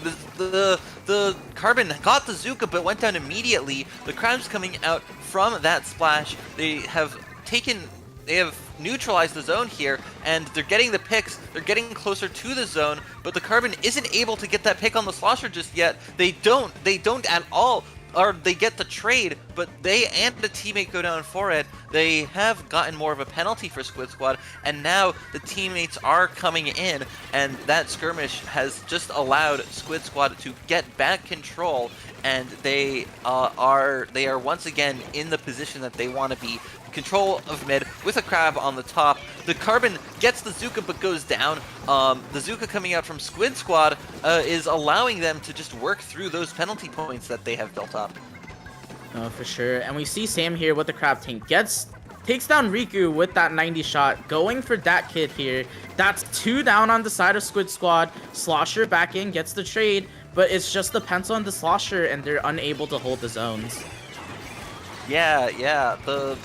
The strikes coming out from Squid Squad. It's going back and forth. Both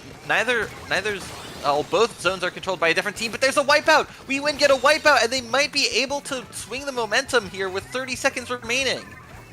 Yeah, We Win here needs to be careful. They cannot stagger here.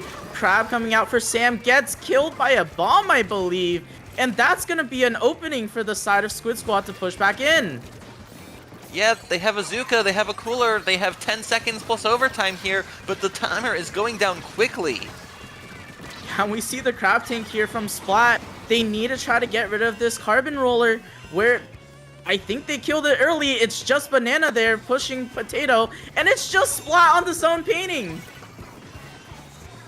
Oh my goodness, they have the overtime. They almost lost it. They almost lost it again. That Sprinkler might cap the zone. That Sprinkler might do it.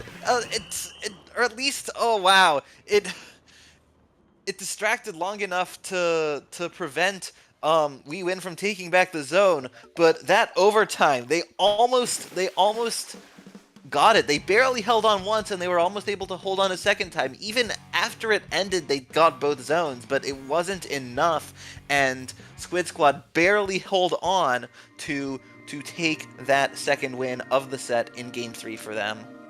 For sure, and we're seeing this crab die to the rain again. But we see Riku here pushing up really aggressively with the Slosher. Unfortunately, they were a bit disconnected from their team, so you know, that was sort of the thing that We Win needed to start making their hold here. Sam going in for the kills, gets one. But, you know, this was a pretty good lockout overall for Squid Squad. They had so much space. they use their specials at really optimal times, and you know, at the end, We Win did get a very good hold. They almost got the lead back, which is crazy to think about. Here we see the wipeout, and you know, Yeah. I think Squid Squad, they did a really good job at holding the initial 4.5 minutes.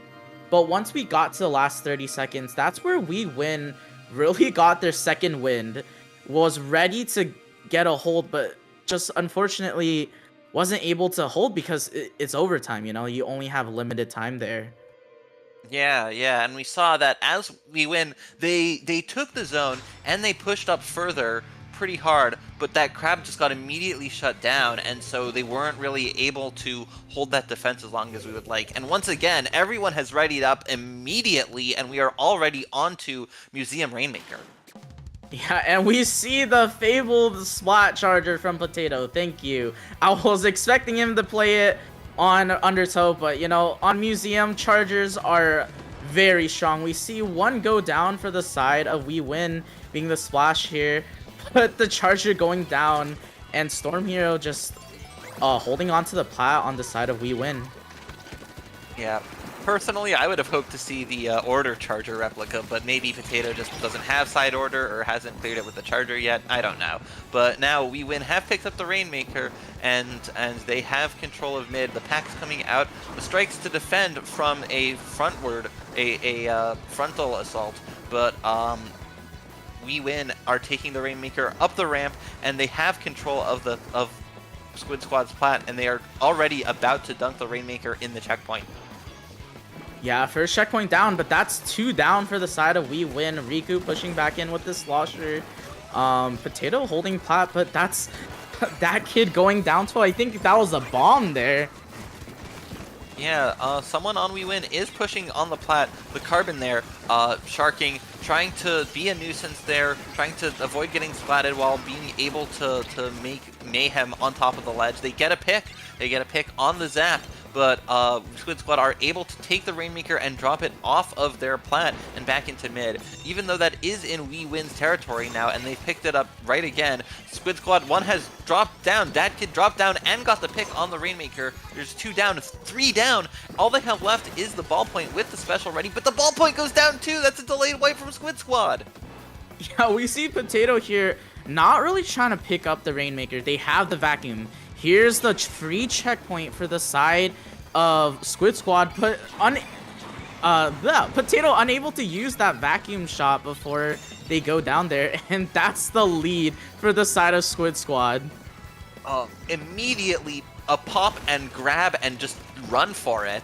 Sometimes you'll see teams, like, even if they need to take the lead, they will leave the Rainmaker on the pedestal and still be patient, still wait for the opportune moment, the best time to go. But no, not this time. They could take the lead. Squid Squad knew they could take the lead in just an instant there, because getting past 47 remaining was not a very big ask there. And once they had the opening, they immediately took it, got it to 44 remaining.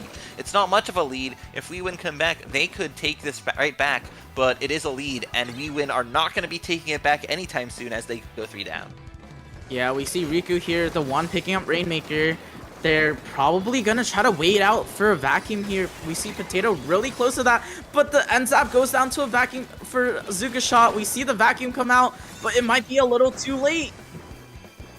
Oh, yeah, and that allows Squid Squad to take a slightly stronger lead. So if We Win are able to get it to 42 or 43 remaining, this means that they will not, in fact, win as they might have before. But they do get 2 down on the side of Squid Squad, and another down, and now they're on Squid Squad flat with 3 down, and even though they lost their main mover, they have a lot of momentum on this side.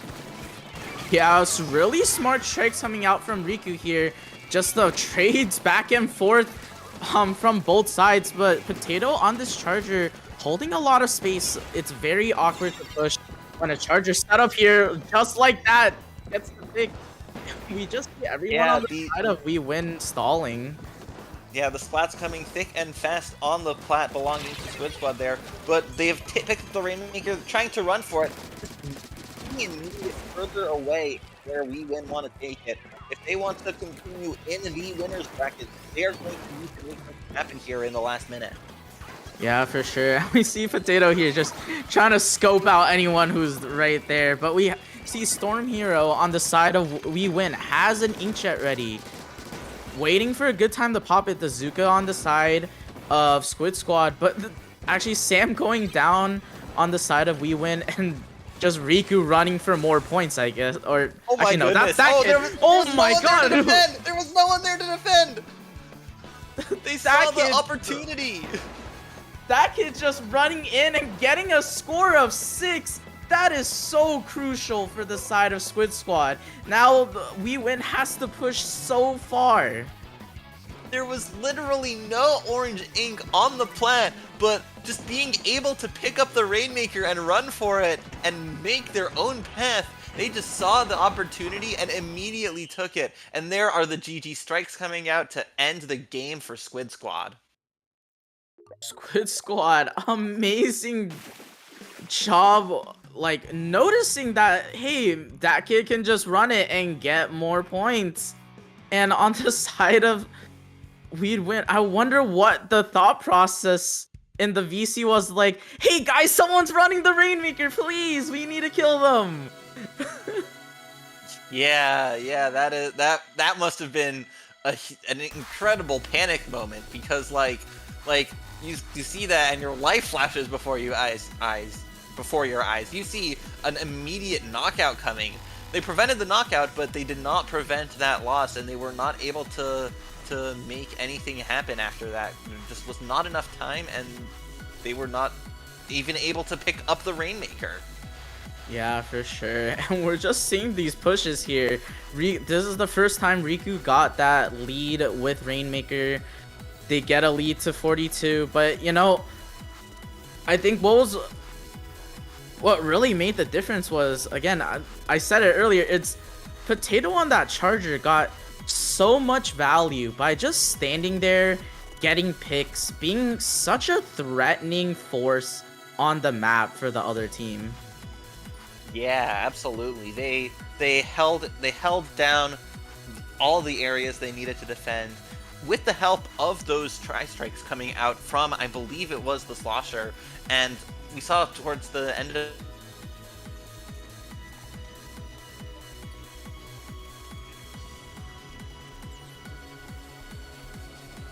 I don't know if...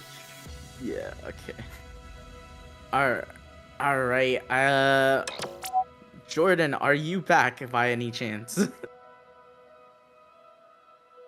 I don't think we have Jordan back, but we can take a little bit of a look at the bracket here. We see on the loser side, they're getting close towards the end of that winner side of the bracket, while on the loser side, wow, I can English today, guys.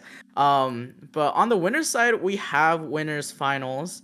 We will be throwing that off to our next set of commentators, but we do have a game 5. We can see right here, Nightmare versus We Back. So, you know, that will be anyone's game. Whoever wins that gets to play Squid Squad in winners finals. But let me just check. Hey, Jordan, you back?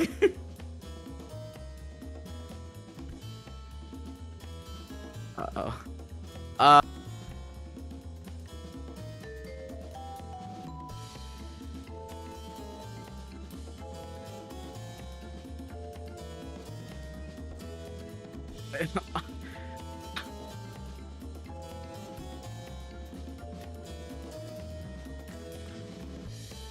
Yeah, I think we have, again, we're waiting on that game 5 for winners finals. We can see on the loser side, they're getting close towards the end of that bracket, but that will be it for me and Jordan. We will be taking a bit of a break, but I'm hoping we can get Jordan. But as for me, that's the end of our block here. Jordan, I'm glad you're back. Why don't you give yourself a bit of a shout out right now?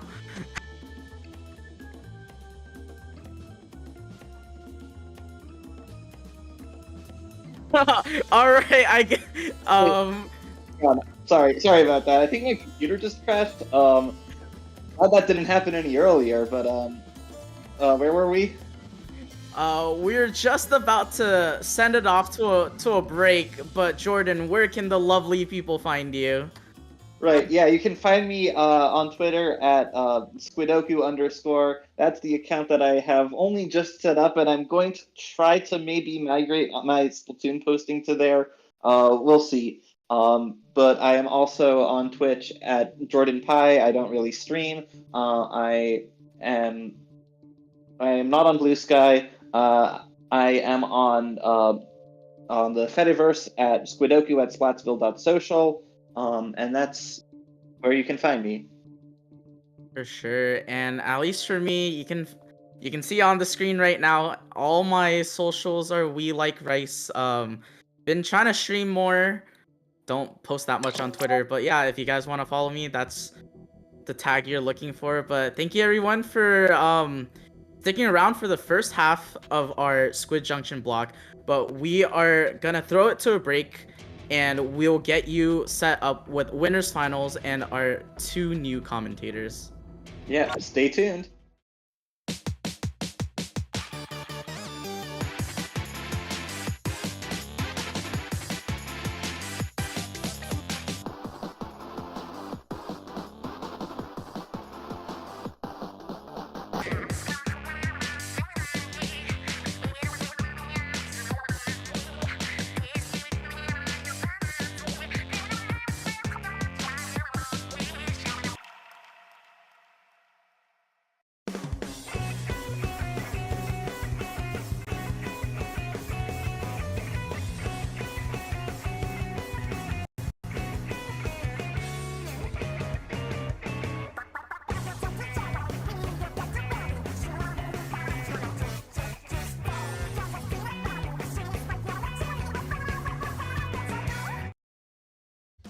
Splatoon Stronghold, a stronghold for competitive Splatoon, providing resources to long-timers and newcomers alike. If you're new to the competitive scene or still figuring out how to join, we have a getting started guide and plenty of other resources to help you in your journey. If you are a seasoned veteran, we still have plenty to offer. You can find and join tournaments as well as participate in our Captain Forum and find free agents and teams. Our mission is to make competitive Splatoon easily accessible to everyone. So what are you waiting for? Join the Splatoon Stronghold today!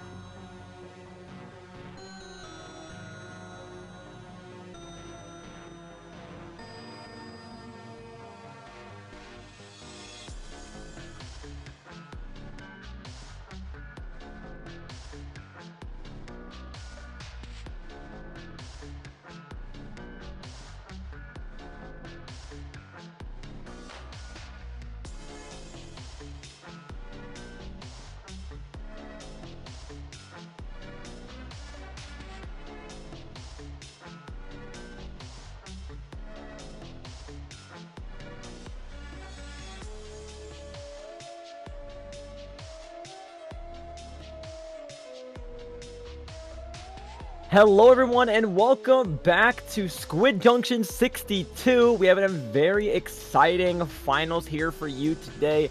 My name is Cactus and joining me on the commentary stand is Ansonin. And how are you feeling today? I'm feeling pretty good.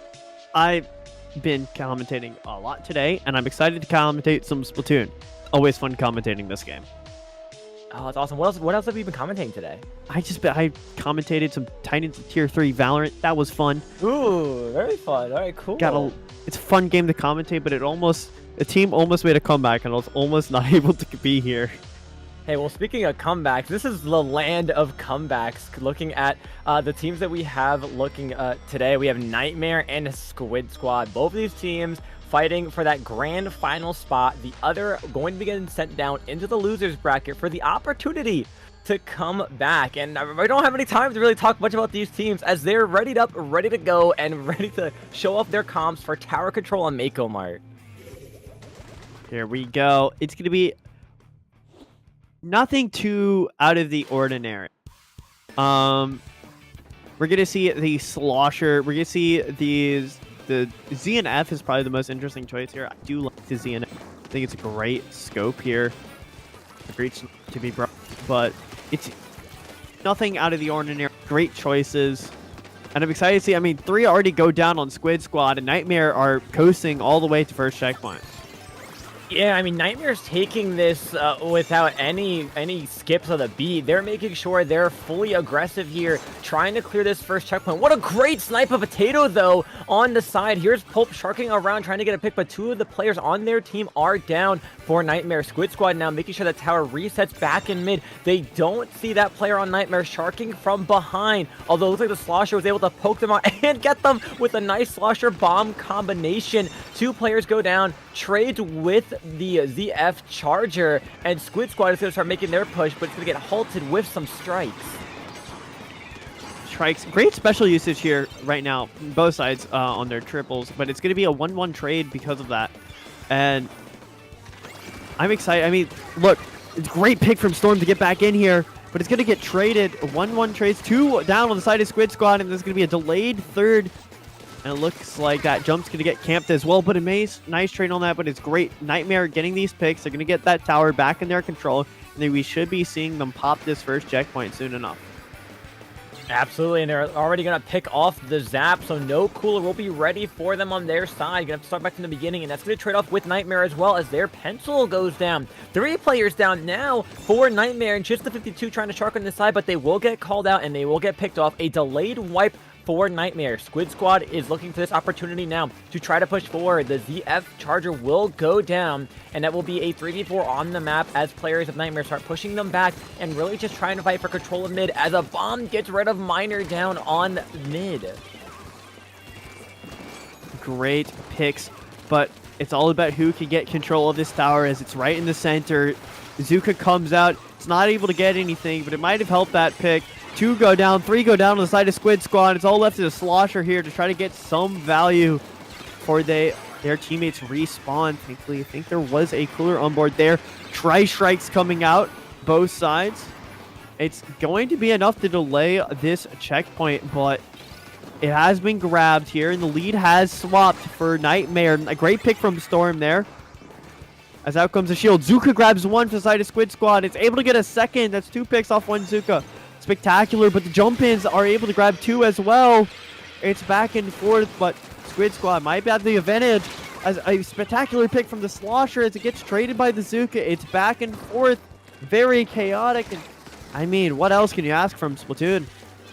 Absolutely, we love chaotic, and that's what thrives off of this game right here. You know, after that first checkpoint, it can really start to snowball, and it was really interesting to see Squid Squad be able to pull up with the defense for Nightmare, not be able to get past that and try to clear that second checkpoint.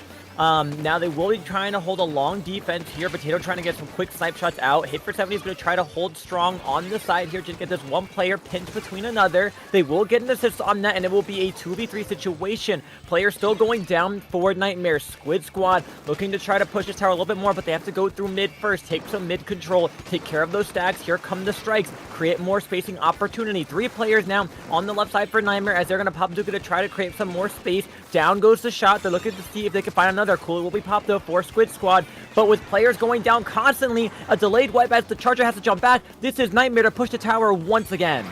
And they have a lot of space here.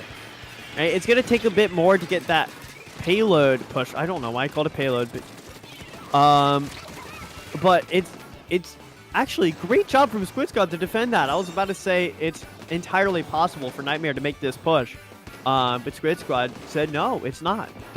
They locked them out, and a great defense there comes out from Squid Squad, and that's what they need to get back into this. They're going to need to get picks. They're going to need to get a big advantage, and you need to push up very far forward in order to try to lock out Nightmare so they can get these points. That's currently not looking like what's on the menu here, as Nightmare are doing a great job at holding back mid for as long as they can. The stall is great, and they're going to leave Squid Squad with about 15 seconds left to grab this, but 2 go down on the side of Squid Squad with only 13 seconds left as another one falls. Nightmare are looking in great position to take this round. 5 seconds left. Squid Squad need to come in here, and there's 3 picks down on the side of Nightmare. There's no cooler to support that. That's a delayed wipe there with the 4th coming in. This is a spectacular position to be in overtime, but you need to get 20 more points. And they're inching closer to that. All they have to do is hit this checkpoint, and they take the lead at the very end. Squid Squad will take the first map. Wow, what a great overtime push that Squid Squad was able to pull through from Nightmare. Like you mentioned before, they really had to turn that amazing defense into some strong kickback offense, and they were able to do so, getting 3 players down, leading off with Potato to start off that momentum with a great snipe shot. They were able to start pushing forward and get that tower to that 42 mark for that 1-point lead to win the game, and that's going to be a great advantage for them, having the first game on their side. And this is already going to be a set that's going to be very back and forth. This whole game we saw them being stuck at that 60 to 50 mark before Nightmare was able to get a strong first push, as we see in the replay here. But it was an overtime where Squid Squad was able to clutch up, lock in together, and get all of these picks. We see all those fights happening on the side, the strike scaring players away, players just diving in on Nightmare's side, and just unable to do much about it. So Squid Squad starting off strong, winning game number 1. A great showing. We're going to be going to Rainmaker, Umami. Nope, Scourge. It's okay. Look, you're trying to switch mental gears. It's okay. I get it. I'm trying. It happens. That was a very insane comeback at the end there. Squid Squad doing a great job. Like, if one Zuka popped, if one Tri-Strike hit that tower, it could have been a different story. But there was none of that there, and Squid Squad capitalized. Great job on them. But we're going to be going into Scorch Gorge, Rainmaker. Stream already knows my opinion on Scorch Gorge. I don't need to reiterate. It's disgusting. But the Rainmaker and Tower Control are a lot different. Rainmaker is more momentum based. You can get the knockouts very quickly, while Tower Control, because of the slow speed of the tower, it's quite back and forth, to be honest. And so maybe this is the change of pace Nightmare needs to get into this and to tie things up. Yeah, absolutely. I mean, with Rainmaker on Scourge, it leads to a lot of times for the first checkpoint starts for very quick starts, and also follow that up with a more just quick actions to push that Rainmaker forward. I mean, this could be over in a handful within the first minute, or it could take the entire time. Gotta love DCs though. It wouldn't be a finals or grand finals. It wouldn't be Nintendo anything without a DC, you know? Oh, absolutely. They're going to do a quick little reset here in the lobby, get that player back in here. But to keep commenting on just the momentum base of Rainmaker on Scourge, I mean, things could snowball very quickly, just like how they could on Tower Tomeko we saw before. It's usually always after that first checkpoint. When it comes to this, on this map mode combination, it's almost always just once players get the first 2 picks on one other team, they ride off that momentum. They start just absolutely great positioning, keep things moving forward if they can, and it could lead to such a fantastic match. It could. I'm excited. We saw a little bit of a hint of what the oh my god, my brain just all the neurons just stopped firing. I've never blanked so hard in my life. okay. But It we more saw was the nice. team loadouts, what weapons they're gonna pick. We saw a little snippet, and I'm seeing those sloshers again. That's the one thing that's stuck in my mind. I mean, look, I'm just saying the black and white slosher looks good. Oh, it looks so clean. That's something one of my favorite additions from Side Order. It's just those weapons. I mean, they look amazing. I'm gonna have to buy myself Side Order. Helldivers 2, you can recommend. wait. Highly Helldivers 2, recommend. you can wait. I'm gonna I gotta get Side Order now. All right, finally we're back. Looks like no DCs this time. No players having connection issues, at least thus far. Knocking on wood. Knocking For the on- hope for the best for that. That is a lot to ask Nintendo off, apparently. But here we go. Squid Squad have the map advantage here, and they're going to try to keep that rolling here into this second map. We're going to be seeing these team comps. It looks like we're going to be seeing a splatter scope instead of the ZNF. And we're going to be seeing pencils. Very standard. Everything's very similar. I think the gals are gone. That is the main difference here. Instead, we're going to go with double Zuka here. Comps. That's interesting. But here we go. Squid Squad slowly working their way through mid. They're going to be able to grab that Rainmaker. We can see how far they can push. The vacuum is there, but it is not enough to save. Good job for the Slot to get around that vacuum, I believe. Could have been another team member. Don't quote me on that. But that's going to be enough to grab Nightmare it, and they're going to grab the lead here. They're going to slowly work, and this should be first checkpoint clearly gotten. No splat at the end of that by Nightmare. And they're looking to go even more forward. Look at them. They're pushing hard. It's 54 on it, but finally the Rainmaker does go down. It's a 1-1 trade. And 2 down actually on the side of Squid Squad. Nightmare, they're pushing aggressive. They're getting able to get more points, but here it is. The Zuka able to grab 2 there. That's a massive hold. And now Nightmare going to retreat back to mid. Yeah, that was a fantastic push by Nightmare. That's like I mentioned at the start of the game. Once players find the rhythm, they're going to ride off of it and go as quickly as they can, and that they did. Squid Squad now opting to pick up the Rainmaker after grabbing some cooler, using their specialists to space out. There's Pulp on the front side, trying to get that pick. They will get it and try to shark all the way around to get the pick on the Rainmaker, but getting caught out, having to fall back. It's great movement here, trying to stall as much as they can. And for Squid Squad further back, a pick will go down on the Rainmaker, and Squid Squad's gonna have to try to pop that Rainmaker once again in their own spawn. But the members of Nightmare are not making it easy. They're not making it easy, but it's finally gonna get popped here.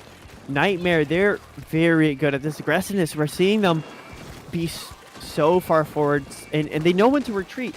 That's a great showing, sign of a great team, but a great counter snipe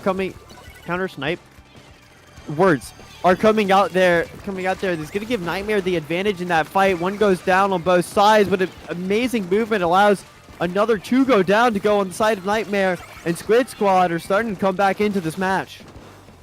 That they are, getting a 2-player advantage, opting to pick up the Rainmaker and rush it towards the first checkpoint. The Slosher will meet them here, try to cause some trouble. With the strikes coming out, will they be able to get through? No, the Slosher stays in their position. Miner really putting some aggression here, making it hard for Squid Squad to move forward. They will pick up the Rainmaker again, but that was a little overzealous because now all their players go down, a complete wipeout, and that's no cooler. So they are going to be looking at strong positioning from Nightmare already in their spawn, popping strikes to just take complete control. I mean, look at this spawn. It's covered in purple. And that is the power of Nightmare. Look, they know when to push. They know when to fall back, and we're seeing the masterclass of that on show right now. Potato trying to look for a snipe, but isn't able to find one. Here, the Rainmaker finally gets splat, but it's at 30. There's only 1 trench to go, and the Vac's not going to stop that. 1 goes down on the side of Nightmare, but that's all that gets. Nightmare, they're retreating. They're starting to give space off the Squid Squad here because they don't want to get caught out on a 4-man respawn.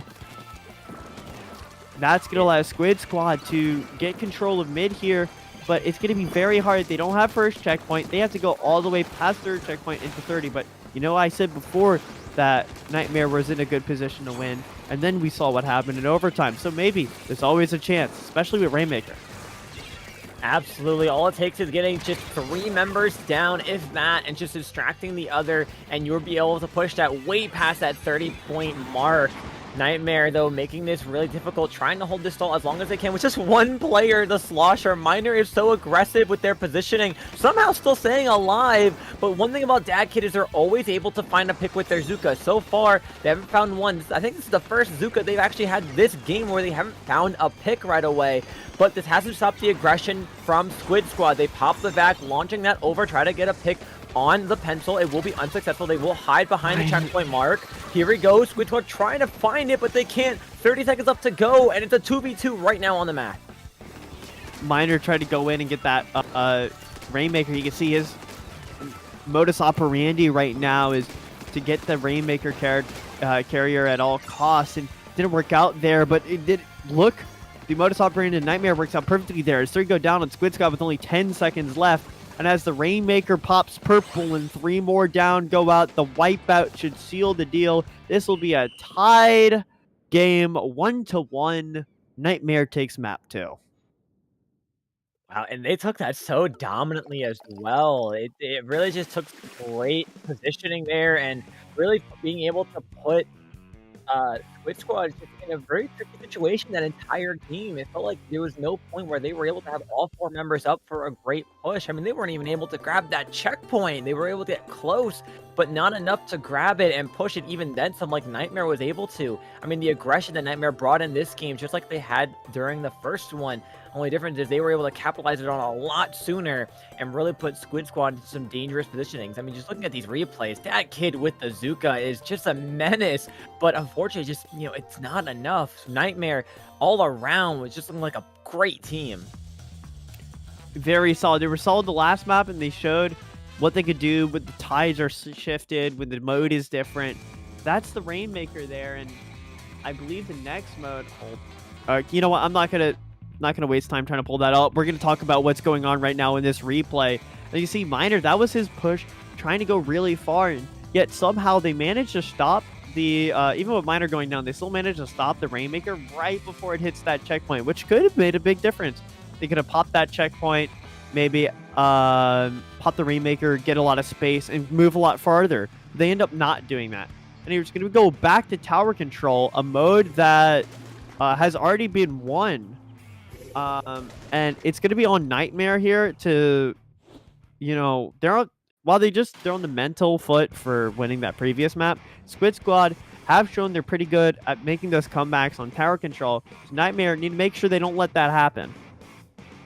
Yeah, absolutely. Already getting one great pick on the Slosher. Nightmare starting off strong here, forcing the members of the Squid Squad back. 2 players go down. Dat Kid trying to find a pick with the Zuka. Will find an assist on one. Find another pick with the other.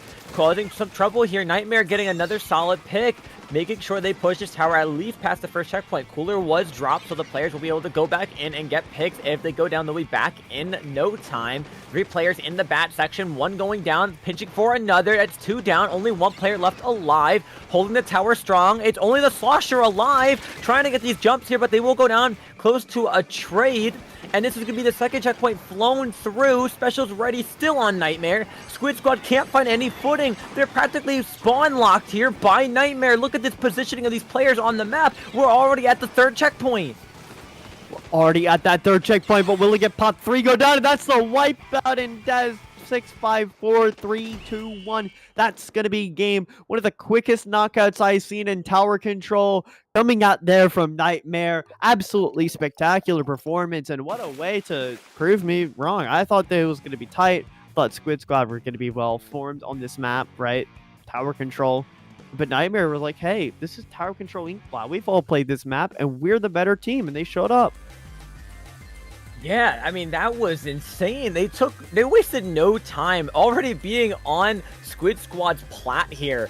Miner coming in from the ramp, 2 players coming in from the right side hop block that you see here in the replay. I mean, and their positioning as well. 1 player distracts on the front as the other falls back and gets the other on that ramp leading towards bats.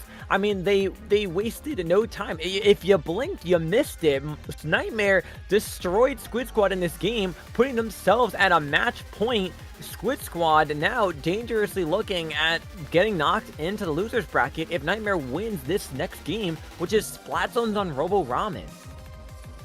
Splat Zones on Robo Ramen. I love this map. One of my favorite new additions to the game. and I'm excited to see how this map goes. Squid Squad, they're on the back foot here, but there's a chance that maybe the mode switch is what they need to get back in here to bring us to a map 5, to bring us to that humpback pump track. But Nightmare, maybe they're going to want to lock this out. You don't want to get things going long against any team, because you never know when they're going to mix you up or when they're going to start playing different. So it's up to Squid Squad. They want to get this. Both teams really want to get this map here. It's a very important map for both. Yeah, absolutely. For Nightmare, this secures them a 3-1 win, leading them into grand finals, waiting for the losers bracket. Squid Squad, they're able to win this. They will send it to a game 5, making it a one last opportunity, pushing it to a Rainmaker on Humpback Pump Track to try to turn this all around. It's going to be a very close game, as these players are almost pretty much fully readied up, waiting on just a handful more to hit that A button, make their final decisions on what they're going to bring to this map. And it's going to be exciting. It's going to be exhilarating. If Nightmare pulls off what they pulled these last 2 games, they're going to be hoping for a burst start and rushing forward, which seems to be really working well on Squid Squad. It is working well. We're going to be loading in here to Robo Ramen. We're going to be seeing a splash coming out, and we're going to be seeing a machine instead of the slosher that we've been seeing. Interesting changes, but I think they're all very powerful here. The Neo machine, I believe, has that Trizuka, so we're going to be running double Trizuka as well. And interesting comps. Squid Squad going 1 Trizuka. Let's see how this pans out, as it looks like it's going to be a brawl for zone right now. Absolutely. Nightmare getting a nice trade-off there. Crab is going to be popped up by Squid Squad, trying to stay alive from that bomb. Zuka will get another one. That's going to be another trade on the field. Nightmare, though, with the player advantage. Up until that moment now, they're just pushing the last remaining players of Squid Squad back. Strikes will come out to try to stall over the zone. But with that pencil, it's got some great pain output. Something I do like about Nightmare's comp is that bringing out the T-Tech, so you have that fighting range of a shot with the supportive backline kind of special of strikes to really create that momentum and create that space and even hold that cap capability if needed. Look at this ability right now. There goes the T-Tech already up front, and the machine to follow from behind. I mean, they're 50 points through. Special being popped by Squid Squad to try to hold this back, but they can't get the zone cap just yet. I can't get a cap just yet, as there are 40 points left. But finally, Nightmare lose control. But as soon as I say that, 2 go down on the side of Squid Squad, and it looks like Nightmare are going to keep this rolling here as they inch closer and closer to a total knockout. Here we go. Potato in a lot of trouble. Potato's going to go down there, as it looks like Trizuka's going to come out and manages to get 2 here, I believe, as Nightmare finally have the man disadvantage. But they're not going to give up just yet, as they still keep control. And as soon as I say that, the zone finally flips. 11 on the board, left on the board for Nightmare, and they're gonna have, I mean, Squid Squad got to make sure they keep control of this zone. 6-8 Punisher is stuff to work with, but that will be gone before you know it. Yeah, and I mean, Nightmare's fighting hard, as you see here, using those strikes and quickly painting over the zone to get that recap, giving a little bit of more time for them to really sort themselves out, giving some penalty to Squid Squad, but those points are going to quickly count down. Real points will be back in a couple of seconds. As these count down, we see the shot. Here's Pulp trying to shark on the sideline, but a player goes around and catches him, and that's Dat Kid following it with another Zuka pick as well. Can they find one more? No, they can't, but they're adding so much pressure. This is the reverse of what we saw at the beginning of the game. Squid Squad now has Nightmare in their grasp, getting these players picked off, but Commentator's Curse does me so well and turns this around. Nightmare getting 1 pick on the bottom right, following it by another, and trying to hold the zone. Zuka will come out and get another player forced back. That's 3 players down on Squid Squad, and Nightmare will retake that positioning. They will get a trade-off, so it will be a 3v2 on the map as 2 players are coming back in, following the 2 already up on Squid Squad. Machine goes out, and so that's no special available on their end. Down goes the shot. It's just the pencil and T-Tech. T-Tech goes down from jumping in. The pencil's just trying to hold back, but here come the strikes. Zone's going to flip over one more time to Squid Squad. Absolutely great job from Squid Squad to getting back in here, and they're making things a lot more closer than I anticipated. 1 goes down there on the side of Nightmare. They're going to back up. They want to play back here. They want to make sure they come in at the right time. Tri-Strike's coming in, try to deny that Crab, but the Crab just moves out the way. Great pick from the crowd. That's 1. That's 2 go down on the side of Nightmare. But Miner able to grab 2 in response. That's pivotal. And to try Zuka comes out. It's not able to grab anything, but it does paint a good bit into pivotal spots. Moves the snipers out of the way as another goes down. And Zone is going to flip here for the side of Nightmare. And 3 go down on the side of Squid Squad. This is pivotal as they're going to be able to get a lot of forward control here. It's 18-11. Squid Job have done a great job at clawing this back, but they do have to make sure they come back in and repaint this zone now.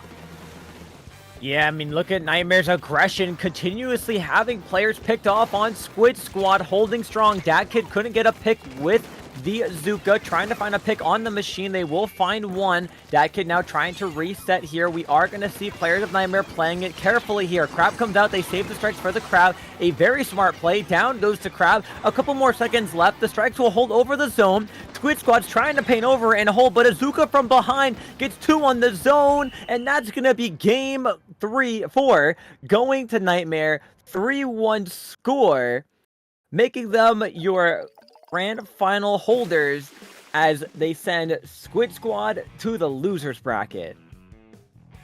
We will be seeing both these teams most likely later on. Squid Squad doing a very good job at holding on, but Nightmare they just played better in that spot zones. I mean, Squid Squad did a great job getting back in here, making this close, because Nightmare, they got all those, most of their points here in this amazing first push, where they kept Squid Squad locked out for so long. But then when Squid Squad got a hold of point, it became a little bit contentious. It was like, hey, Nightmare's not the best at getting back in this.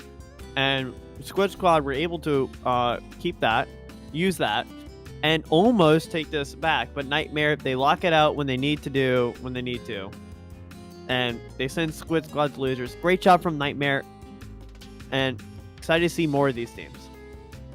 Absolutely. Nightmare now gets some time to themselves, take a little bit of break, maybe play some more side order as, again, Squid Squad gets sent to the losers bracket, and we do have some other teams getting ready to push themselves to fight their way to that final spot in the losers, and hopefully maybe get the run back on Nightmare. Looking at the side of the losers bracket, we do have We Back versus Oreo, Rosie, Harshi, and Swag. Right now, We Back is 1 up. On the other side of the losers bracket, we do have Healthy Diet Food Groups versus Drop It Like It's Hot, waiting on that set, and is a We Win Part 2. So losers bracket is going very well, so Nightmare does have a little bit of time, but a lot of these teams are fighting for that opportunity to keep pushing forward and hopefully make the comeback of the tournament and potentially win the entire event. I mean, everyone wants to win this, and I'm excited to see who actually does. Will they top Nightmare? Will we see Squid Squad get the run back? Or will we see another team step up to the plate? All those questions and more might get answered later as we go to a break.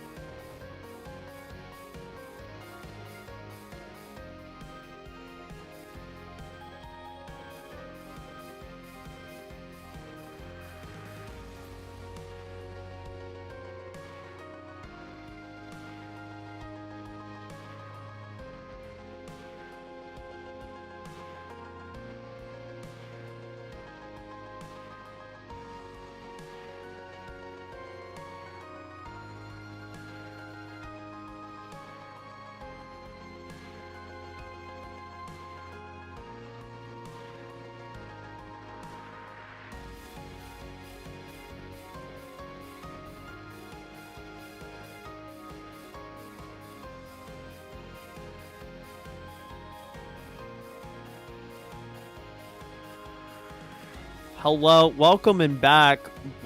Okay, we got We Win versus Healthy Diet Food Groups here in the losers. One of these teams will not be playing next round. That's correct. Both these teams getting knocked out in their respective sides. We Win Part 2 got knocked out by a Squid Squad in a previous round of winners.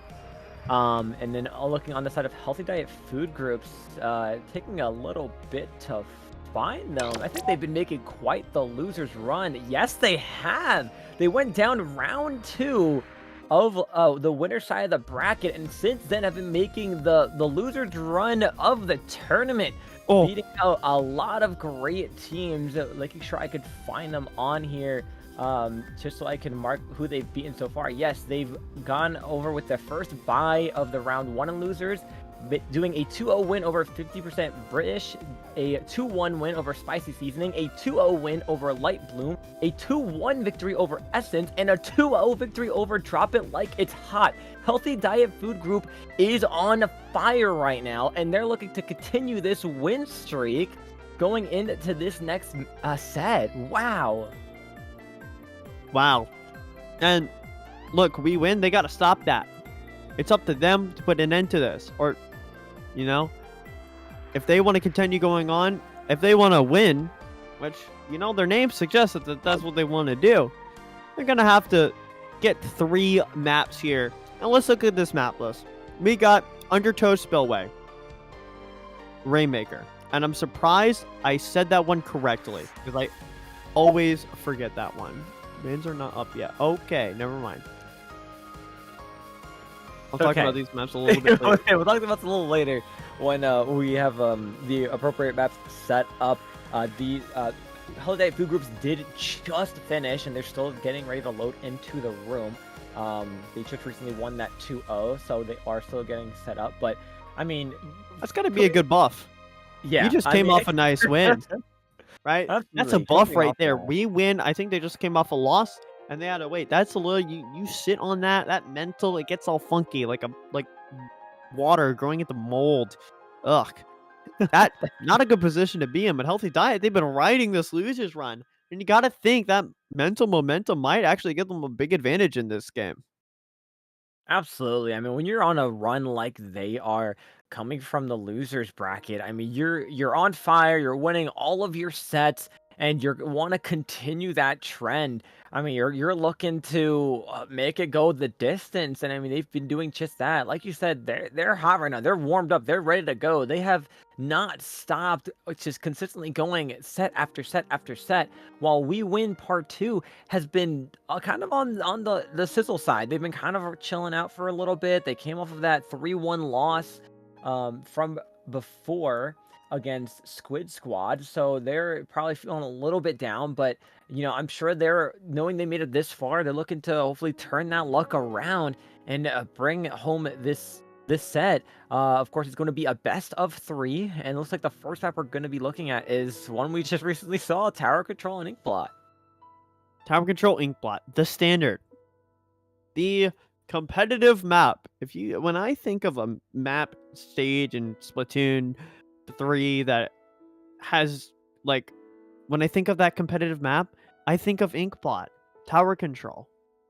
We've seen it a lot. Both these teams should be very familiar on this map, so it should be specifically whoever brings the better team comp or something interesting to this match. Like, if you upset, you bring something unorthodox, maybe you can take that up, just rattle the bones of the other team.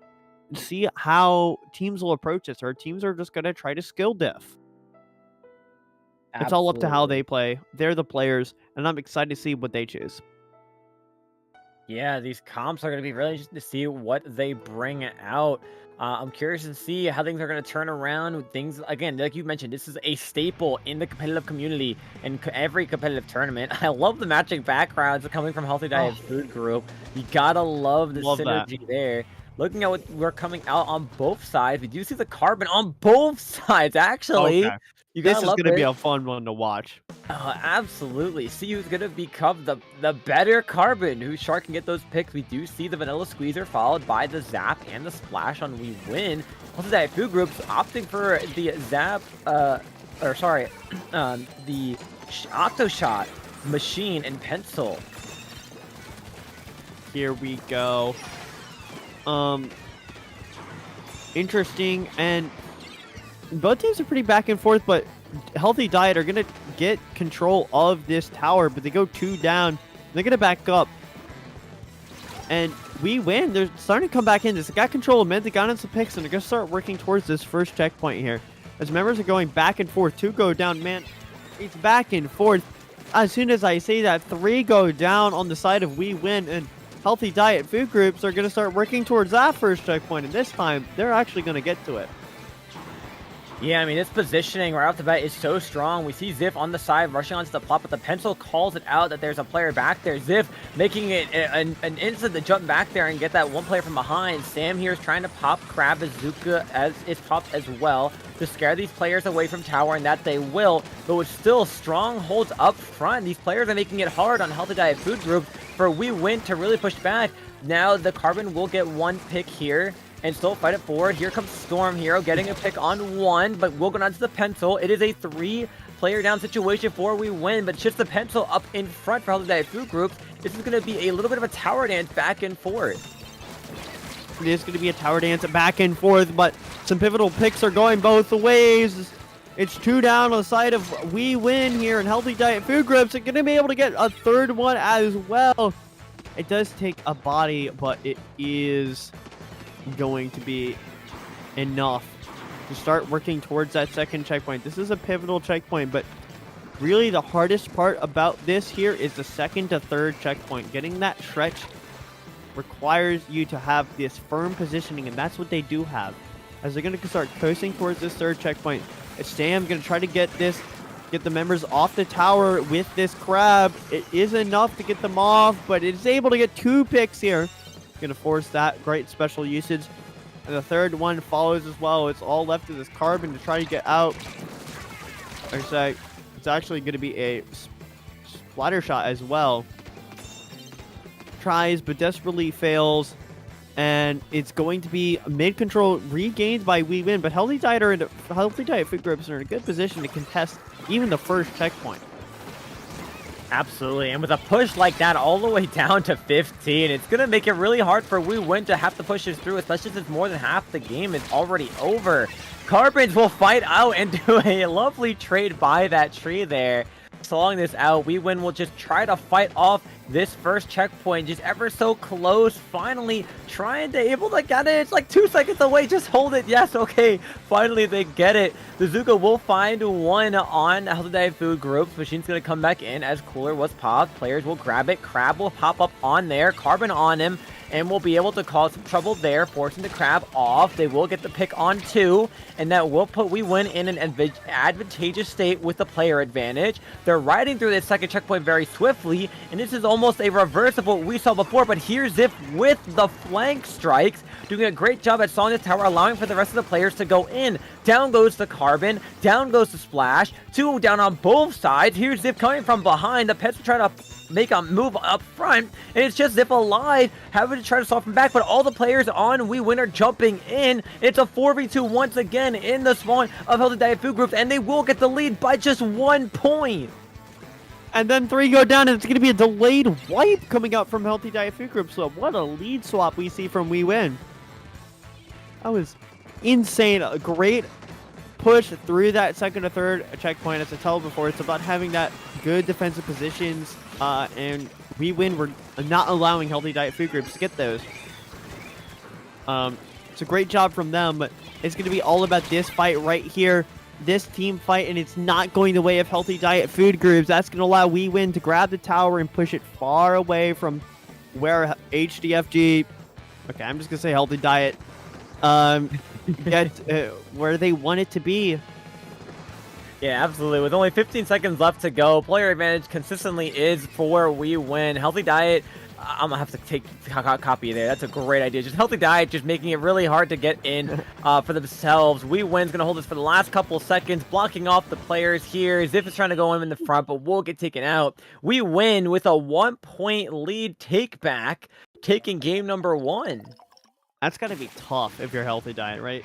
you know, you're going to be able to come back off this momentum, but that's tough. You did so good, and then you fail right near the end, and if only something went different, right? That's going to be the thoughts going in these players' heads, but when you're going into this map too, you're going to want to kind of mentally reset. You don't want that feelings to bog you around, and you want to make sure that you're able to keep that momentum you've had throughout this losers run still alive. You lose maps. You lose maps in close matches. It happens. That's the nature of the game.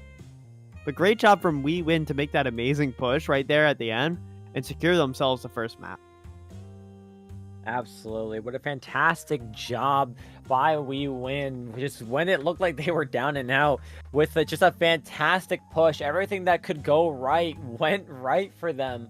And it wasn't even they were able to get that checkpoint either. I mean, just a 1 point lead is all they needed. And I mean, sometimes that's all you do need, and they just have to hold strong, which is what they did, forcing that tower continuously into Healthy Diet Plat, making it hard for them to come back, and just keeping up with the picks. Even if they're trades, you know, if you're Healthy Diet, you want to get solid picks without trading so you have a player advantage. So, really huge win, and now a match point for WeWin. Looking now at Splat zones on... It is Umami. Okay, my brain was just not functioning.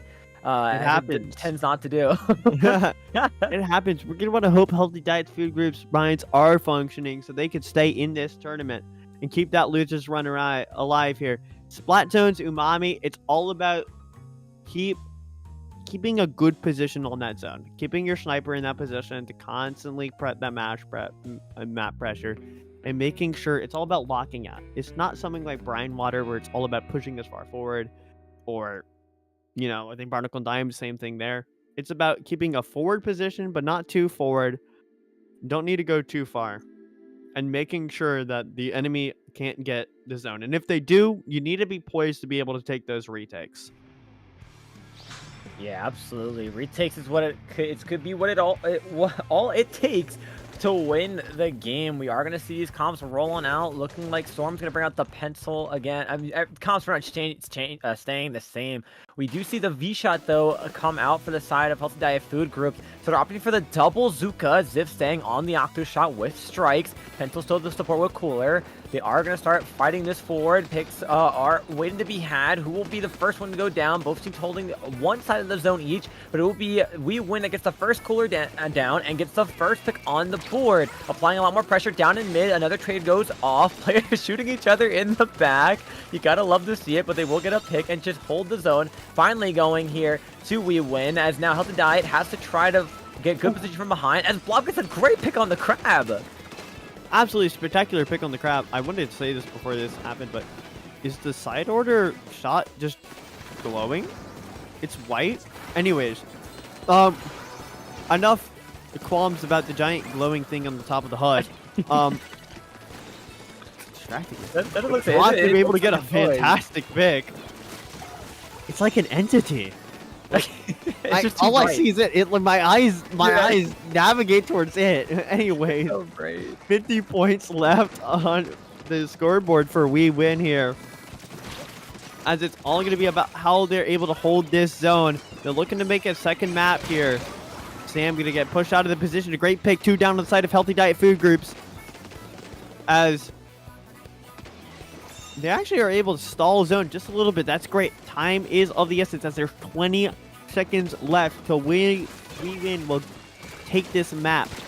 End match. Zyph with a great pick there. Able to flip the zones. 8 points left. WeWin are going to have that penalty. 70 points. And it's all about how long Healthy Diet can keep this lock out. They're going to have to keep it for quite a while. Now, that penalty is huge, but they can't let off for a second of the zone. Crab will get popped out. Zuka will try to cause some damage to it, but will only hit it once. Crab is staying out. Strikes will come out to force it away. Sam barely scaves away. Zuko tries to find one by Brock. Can they find it? Yes, they will. And that will be a cap for WeWin following that great pick. Here comes Evie getting 2 down, and that's going to be Healthy Diet Food Groups, though, going completely wiped, letting WeWin have their plat for pretty much free, but thankfully they will get a pick on the splash, scaring the rest of the players down in mid. This waves are being called out, trying to get players to jump in and move forward. We do see Brock on the side, sharking, trying to find a pick on one. Pencil barely catching them. There he goes, gets down the shot on the side. Pencil goes out on the side here. 2 down for Healthy Diet. WeWin is holding strong, but Pencil gets a great pick. Trades are just constantly going off on the field, but WeWin is still in complete control of the zone, as it's just the shot right now in the front. Just the shot. Evie here going to try to make something happen. How do you get out of that scenario? Great movement there. Keep themselves alive, but is that enough to get this zone? It looks like it will be, as the members of Healthy Diet stay alive and keep flipping the zone. That's pivotal here, but they aren't able to keep it for very long. Sam in a bit of a pickle here, and that pickle will get diced up and put in a sushi roll. We will be going back to spawn there. Great picks from both sides, though. WeWin looking like they're going to flip the zone quite possibly here. It's so back and forth, and in this stage of the match, Healthy Diet don't want to be in that scenario. They don't want these nerfs to go down. It's going to be a third delayed here. 8 points left with a 40 penalty. It's going to be about, I'd say about 1, maybe 2 team fights left here. Settle this, and here we go. Yep, the members are slowly getting forward. Cooler is going to be popped here, and it's going to be all about how they get in. That's 2 picks going down on Healthy Diet, as there's 5 left on the penalty. Penalty gone, and there it is. The last 3 points needed to win it. But here's Ziff, though, holding strong on the side, and they come through and distract and get the cap of the other zone. Just when I was about to say WeWin takes this game for that win, Healthy Diet says, hold on, not just yet. We have another little bit of fight left in us. Getting a nice Zuka double there in front. It's a 2v2 on the map. Now 2v1. Just the Pencil with the max range, though it has, to cause some trouble with the other Pencil on the side of Healthy Diet will cause some mayhem too. Penalty points are now gone. Healthy Diet is fighting regular points. They catch Brock out in the Shark. They must have just hurt him as he goes down. We do see Cooler being popped for WeWin, but players are constantly going down because Healthy Diet just has a great hold right now where they're positioned. Brock goes down again. They will unfortunately not have the Shark anymore. Paint being output. Here we go, the last 5 seconds of the game leading into some overtime. Don't miss, still held strong. Here come GG strikes by Ziff. Sam trying to put in some damage with the splash, but can't seem to find anything. Cooler pump on the side. Pencil trying to hold. Zuka will come out for Healthy Diet. 3 players go down, and that's the lead swap and the win for Healthy Diet Food Groups. We're going to a game 3. What a comeback. When that 2 went down in the last fight, I was like, okay, we're looking at a 2-0 maybe. Start thinking about what I need to say at the end, and then all of a sudden, Healthy Diet decide, nah, it's not over. We're gonna make it back. And they made that comeback from 8 points. Their opponent had 8 left on the board, and they won the round. That is tenacity, as mental fortitude. Absolutely spectacular job from them to get back on a match that was out of their hands in the beginning, I'm gonna be honest. Yeah, I mean, when we see these replays, it looked like it was over for Healthy Diet Food Groups. But with that initial push by Ziff on the left zone and the just distracting pretty much all the members of WeWin, that allowed the remaining players of Healthy Diet to move in and cap that zone. And they held such incredible positioning. I mean, they were in the in it to win it state. They had that game locked in as overtime pushed through. That was just an incredible array of teamwork that allowed them to take that game in that overtime push. That was just truly magnificent. And it's all now going to come down to Clam Blitz on Scourge Gorge. Ugh.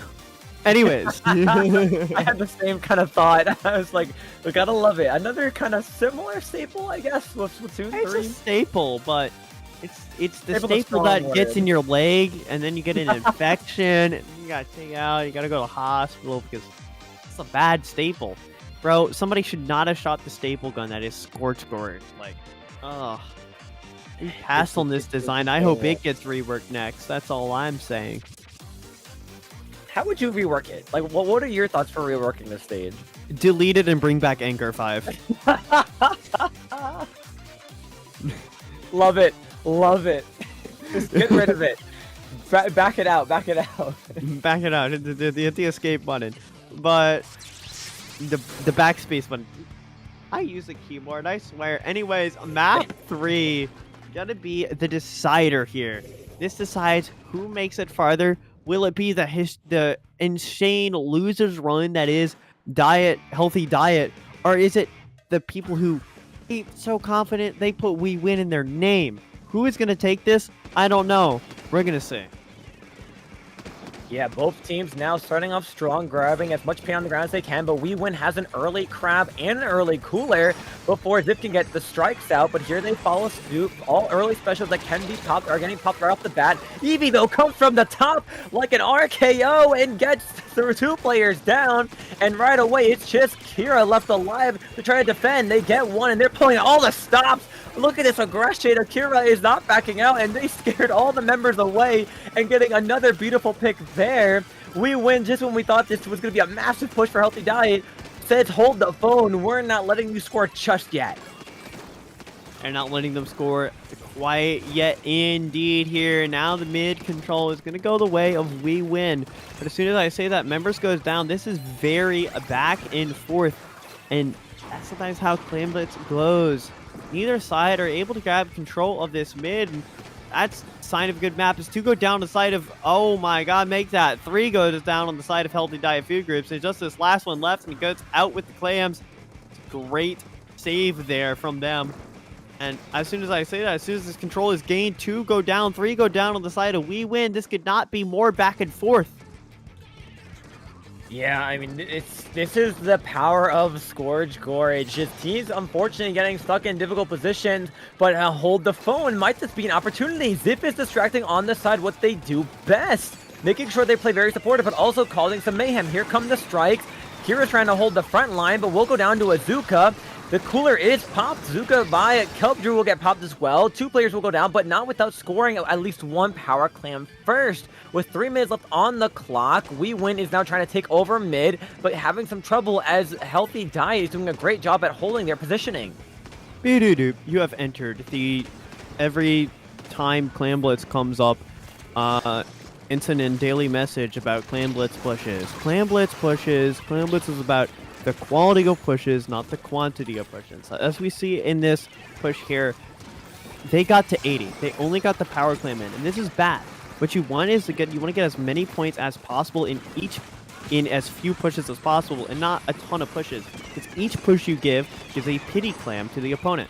So when you're talking about your strategies here, make sure you've got a lot of room left to get extra clams in. But here we go. Healthy Diet.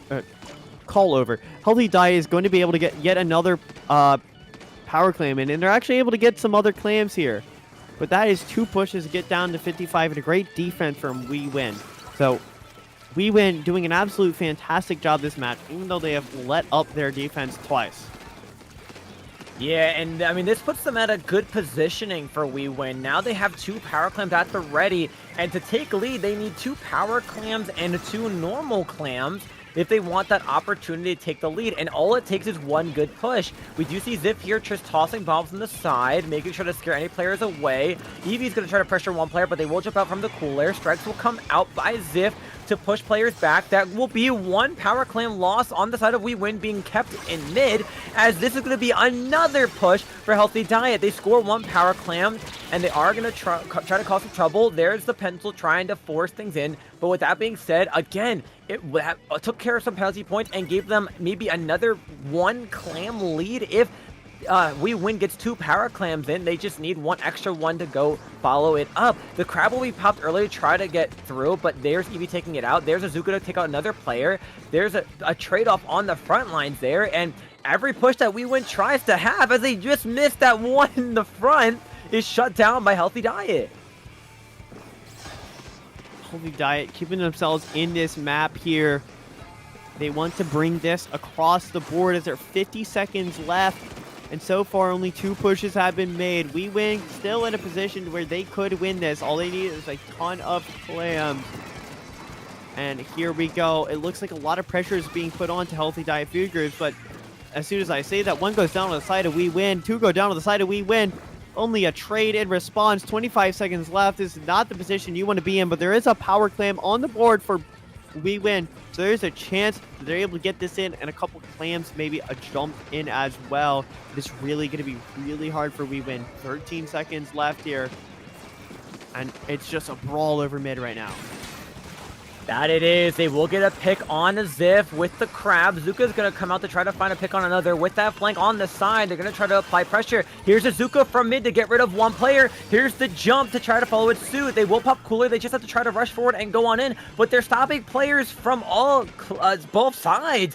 Did we see the Carbon get one? Is going to lead it in. They will score 1 power clam. They do need a couple more to follow it down. 2 players go down. They're scoring these clams slowly.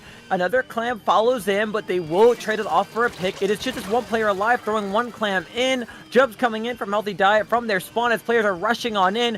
The Carbon can't do anything here. That last player will get 1 clam in to try to stall it, but that's going to be a complete wipeout. We see Eevee with the bag, and they know they secured that hold in a scary overtime situation. Healthy Diet continues their loser bracket run, winning this set. Absolutely spectacular loser bracket run, and absolutely spectacular match. They made sure their defense was on point there at the last second. That could have gotten out of hand. We could have seen another last-minute overtime switch. They made sure that didn't happen. When you're on that nerves, when you're about to continue your tournament dreams, right? When you're about to continue it, you want to make sure that you don't lose focus right at the very end. It's so hard. I see top-level teams in all the esports lose their cool at the end. And it's all about making sure you don't. And they did that perfectly. They didn't make this pressure that We Win provided at the very end get to them. That could have ended poorly, but they didn't. Good on them. And that's going to be what they need to keep them in the game. But good job from We Win to put that pressure, to get that close. So it's great showing for both teams, but just wasn't enough for We Win at the end. And I'm excited to see more with Healthy Diet. I'm gonna be honest. Yeah, I mean, coming from that first game loss, things were looking scary for that second game as it came down to just a matter of 1 smart play, and they were able to completely turn that around and use that momentum for that second game, just being able to hold strong at the end there as they were getting pretty much pressured from 2 sides at the clam basket. So with that win, they're holding strong, and they're going to be going up against Wheatback, who won 2-0 on the other side of the losers bracket against Oreo, Rosie, Harshi, and Swag. So this is going to be another tough matchup, but I feel pretty confident in saying that Healthy Diet Food Group is going to give it their all once again, because again, their losers run has been here since the beginning. They were out second round of winners, and they've gotten this far, and I know they're looking forward to continuing it. I'm excited to see them continue it, but will they get forward? Will they be stopped next round? Who knows? We'll see about that right after the break.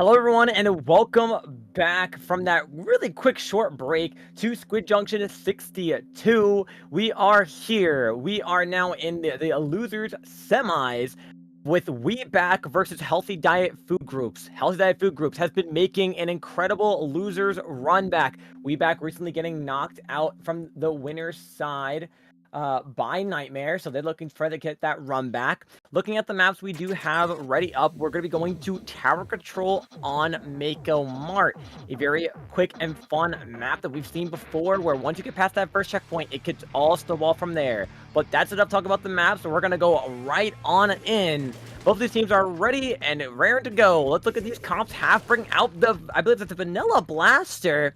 And Healthy Diet Food Groups looking at the comp they've been running constantly from before. We do see Double Zuka from the Carbon and the Neo Machine with the Octo Shot to have some support with the Pencil. Looking on the side of We Back, like I mentioned, that Blaster is here. They have the Slosher, the Pencil, and the V-Shot as well. Very stable comps here.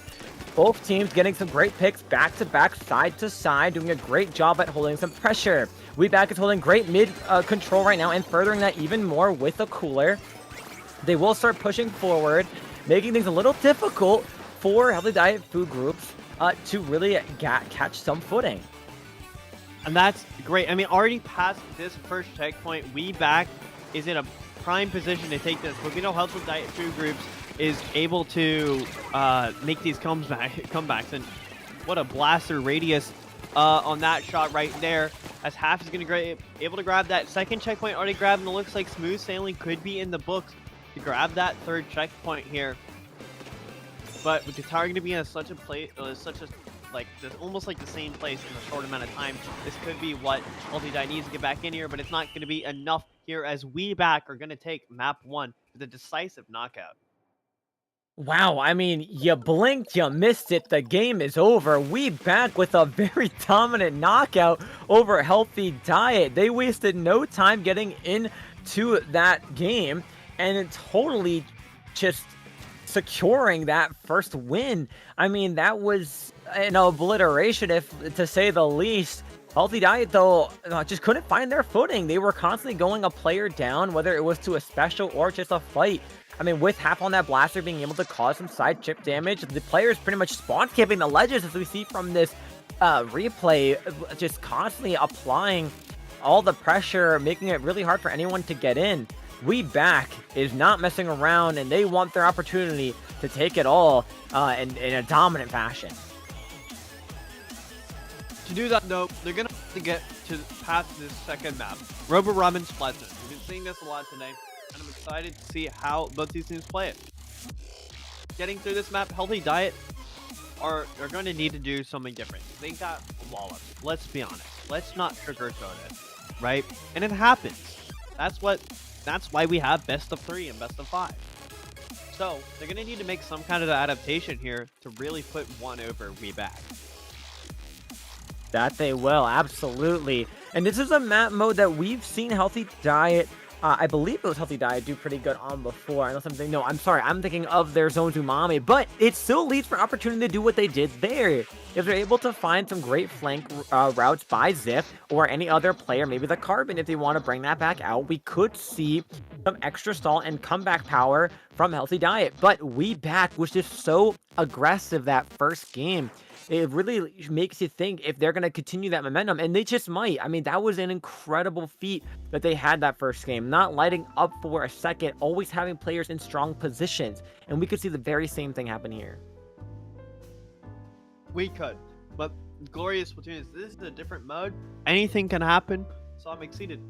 Will we see Healthy Diet switch it up and switch what weapons they're using? Will we see a kind of mental switch? Like, will they instead play a lot slower, a lot faster? Let's see. We're going to only be able to see that when we get into this map, and that's what we will be doing right now. Yep, They go- players loading on in. Here we go. It looks like they're switching from the blaster to the Octoshot as well to support with some more strikes that will be good on this map to cause some damage. We do see a noob running the Ninja Squid here to try to shark around and get some great picks. Obviously, the Carbon on the other side is going to try to aim for some sharking abilities too to follow suit. It will be we back with the first cap of the zone, but strikes coming out. Unfortunately, a bomb going down. Therefore, the one player on the side of Healthy Diet, Nick, is just causing some trouble getting another pick as well. We back is wasting no time. Wasting no time indeed here. But as soon as I say that, two go down on the side of We Back, and that's a great sign for Healthy Diet to get back in this. As soon as I say that, two go down on the side of Healthy Diet. Nature of Splatoon, sometimes those man advantages aren't enough. And here we go. We Back at 50, and they look at this forward position. They are in a great position to lock out Healthy Diet right now and secure them going further in the tournament half. Weird positioning, tried to shark in the front of that, which would be interesting. I don't think anyone would expect that, but gets caught out doing it. Here as Zone manages to get stalled, but there's only 23 points left. There might be a little bit of panic on the side of Healthy Diet, and that there is. To go down on the side of Healthy Diet. There's only 10 seconds left. Eevee needs to paint this zone right here, right now, and get something. They're not able to. 4, zone gets stalled. 3, 2, 1, and that's going to be another total knockout. A swift 2-0 coming from Weeback, and that's going to be Healthy Diet's loser run ended. Wow. I mean, that game was over so quickly, just like the first. We back wasted no time whatsoever.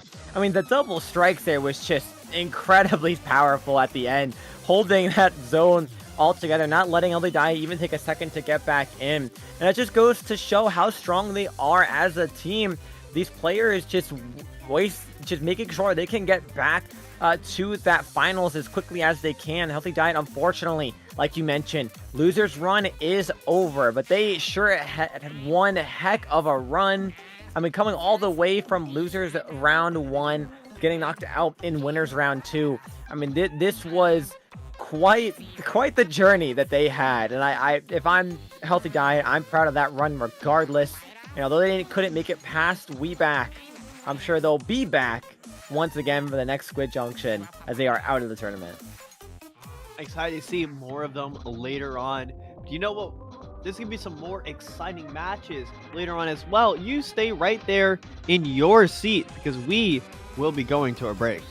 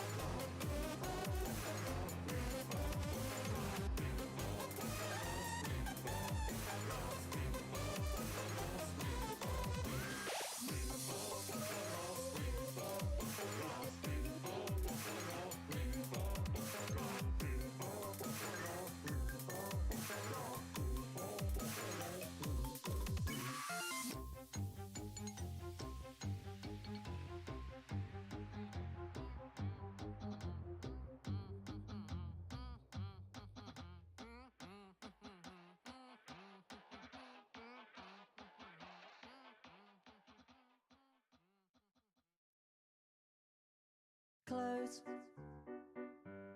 your eyes, you'll be here.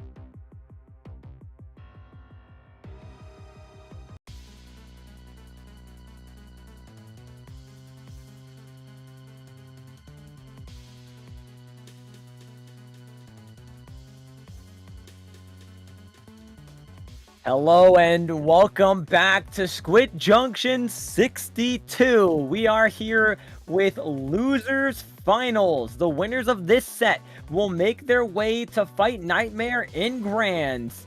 We have a Squid Squad versus We Back. My name is Cactus, and joining me once again is Antonin. I hope they don't ban this. I see Mahi Mahi. The stream knows my opinions on Mahi Mahi. My favorite map since the release of Splatoon 3, because I never got this place, Splatoon 1. Fun fact. Didn't buy a Wii U, for obvious reasons. I'm thankful I didn't. Yeah, valid. And so, you know, getting to see Mahi Mahi, I don't know why I got attached to this. I know why. Because when I started out playing Splatoon, I would win this map constantly, back when I was a junior player. And, you know, it's nice seeing this map. We will be seeing Splat Zones on Mahi Mahi. I love the rework that they did a long time ago. And we're going to be seeing Rainmaker, Scorch, Barnacle, and Dime. Okay. Peak followed by two mid. Like, that's all I'm saying. You gotta have at least one good one. Gotta have at least one good one. Yes. It's going to be interesting. All these three maps, in my opinion, play very differently. So it's going to be exciting to see what teams do on these maps. We saw WeBack have a very decisive match last time, and they're going to be running that momentum against Squid Squad, who, again, is coming off a loss and a long wait. Again, that mold festering up. That mental might not be there for Squid Squad, and this isn't a best of 5. It's going to be a best of 3. They need to be on their game.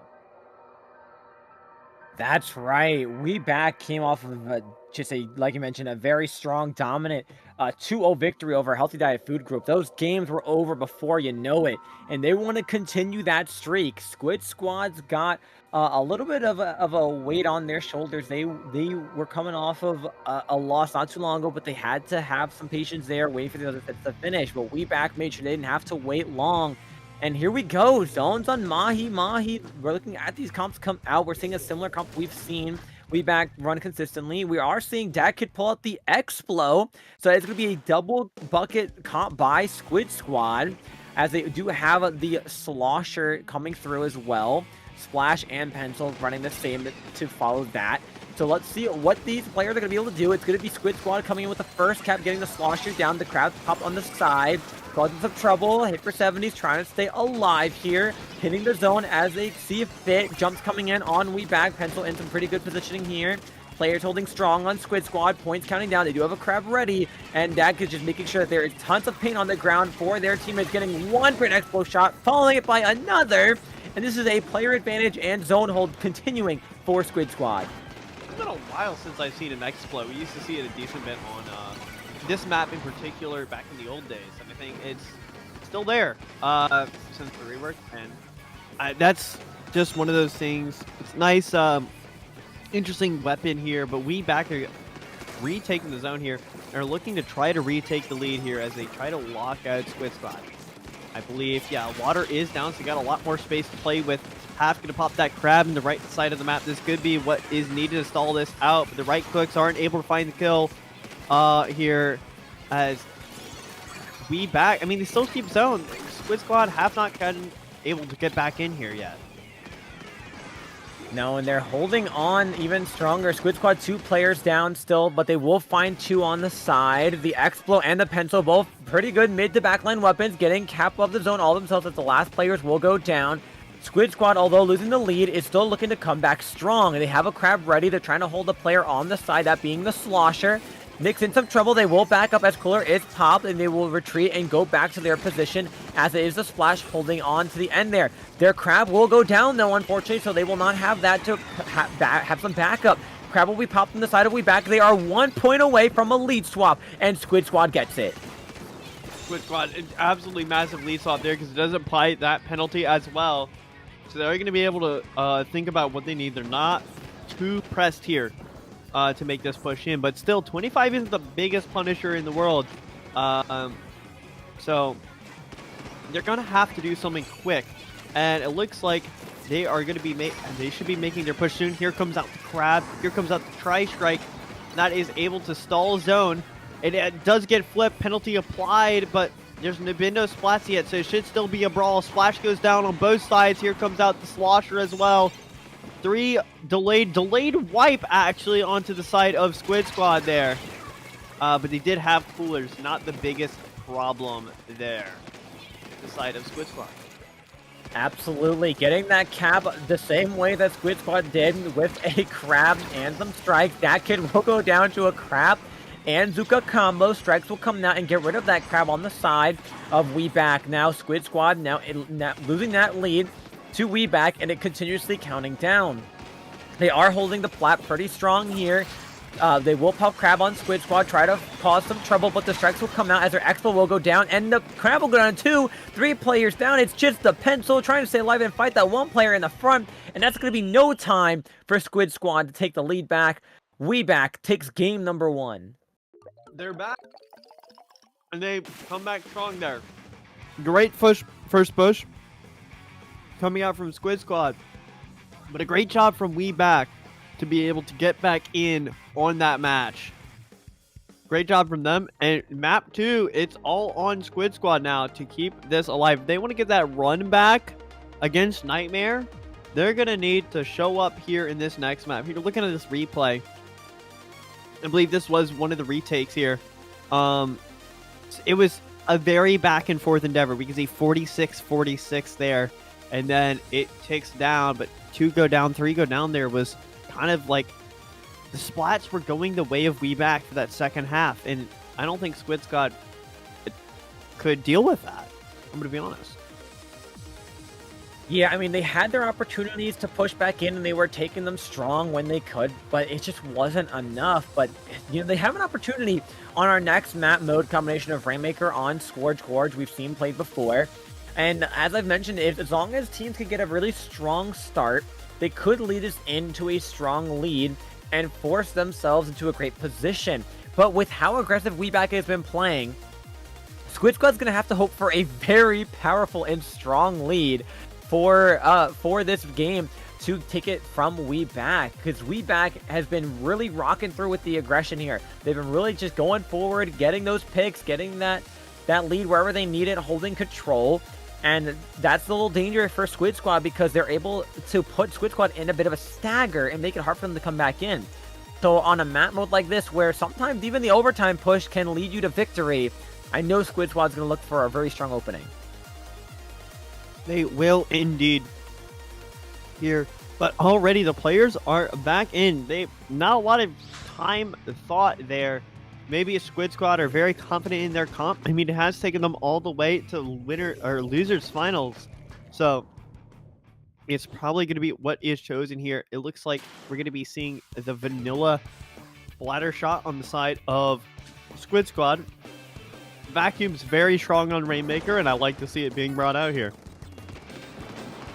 Yeah, besides the charger change, we are going to also see a change from for a zap versus a splash on both sides. Players going down on WeBack as they are going to have to jump out as well. And this is exactly what Squid Squad was looking for. They have some great player advantage right now, but they have to try to lead that forward. All the stops are being pulled out. They will use the vac here to try to get this checkpoint, and they will. And the player still stays alive. They will try to use the vac to get some damage and get any players down. They will get Rainmaker pop here and continue this push forward, but the strikes are going to stall it out just a little bit as Noob is in the front here, sharking this out to get any picks, but Dat Kid found him, gets the pick, 3-down situation. This is exactly what they've been waiting for. A huge push forward, already down to 22, 19, 18, and strikes to keep following it suit. Squid Squad is not wasting any time to keep pushing forward down to 10. That is massive. That trench right there is one of the hardest things to push through. One of the hardest Rainmaker chokes, besides maybe Undertow Spillway trench, right? That is one of the hardest things to get forward, and get all the way to 10 on your first point. Massive. Beyond massive. Squid Squad are in a perfect position to take this map already. And it's up. WeBack, they're on the back foot now, and they have to come back into this. It's on, the onus is on them to make some kind of big change, make some kind of big play, and while they're able to get one pick and map control, make that a second nice Rainmaker shot right there. It might not be enough here, as what a flank from that kid is going to come out here. they're being stalled very well right now.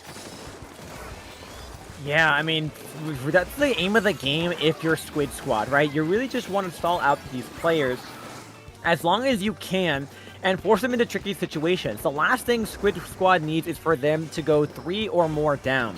If that's the case, we're going to look into some trouble. We do see the player on WeBack jumping a little bit forward just to get a couple more points on the board, but they will be forced pretty much majority into mid.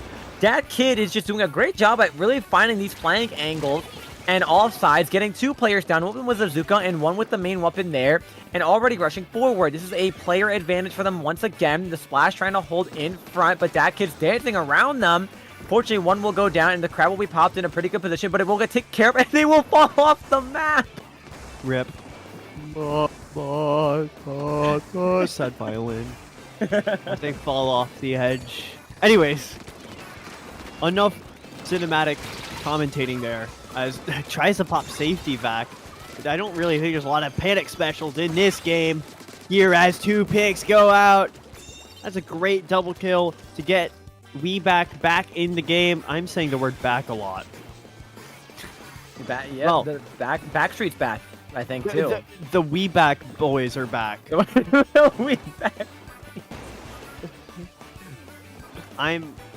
That is a tongue twister, I'm not gonna lie, but as we get back into this match, I said it again. As we get right into things, it doesn't sound right. I have to use the word back. Anyways, a great push there. But actually that push was from Squid Squad. I got my colors confused. I was about to say WeBack having an amazing push there, but that was actually from Squid Squad. As they look to wanting to continue their lead that is at 10. They want to make it farther. They want to get this knockout. Well, I rarely see knockouts on this map, and to see what could potentially be one here, it would be insane from Squid Squad. But as soon as I say that, 3 go down on the side of the squad, and they're going to have to try to get back into this. Oh my god, I said the word again.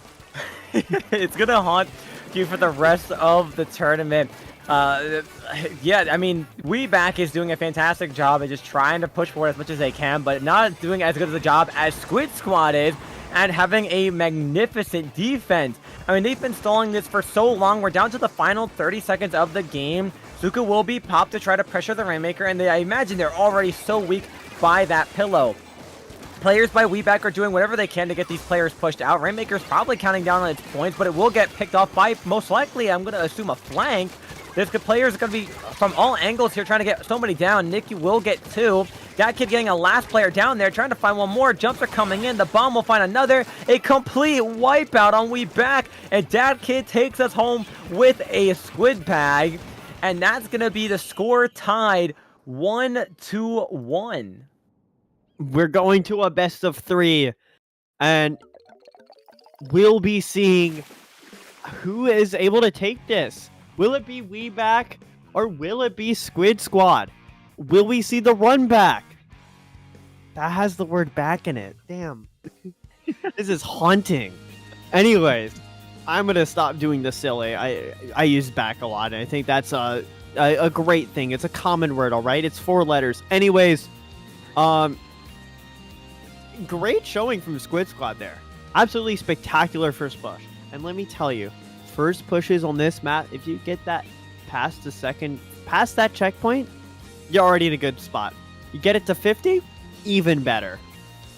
You get it to 27, right outside the trench, spectacular precision. But past the trench, all the way to 10, that is the best position you could put yourself on this map, besides a knockout. And you know what? That's what Squid Squad did, and they were able to defend. They weren't allowing WeBack to try to get into the match. They did what they needed to do, and they take that map.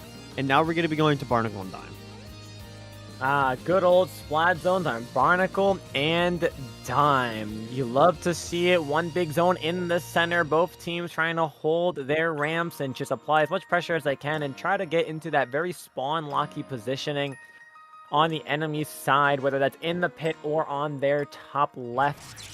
And it's going to be one heck of a match. This is the tiebreaker. This is the decider. This will see who will fight Nightmare and Grands. We see the comps come out very similar to what we saw for the first round, and honestly, these comps look almost copy and paste. The main difference being that we are going to see a zap over an octo shot, and will that make the big difference? Here we go. It's going to be an interesting match. I already seen two. Was that? Communication couldn't have been there because they both popped their coolers at the same time. You gotta love Guys, new soda buff. They stack now. it. Oh my, stop! Don't say that. Don't say that.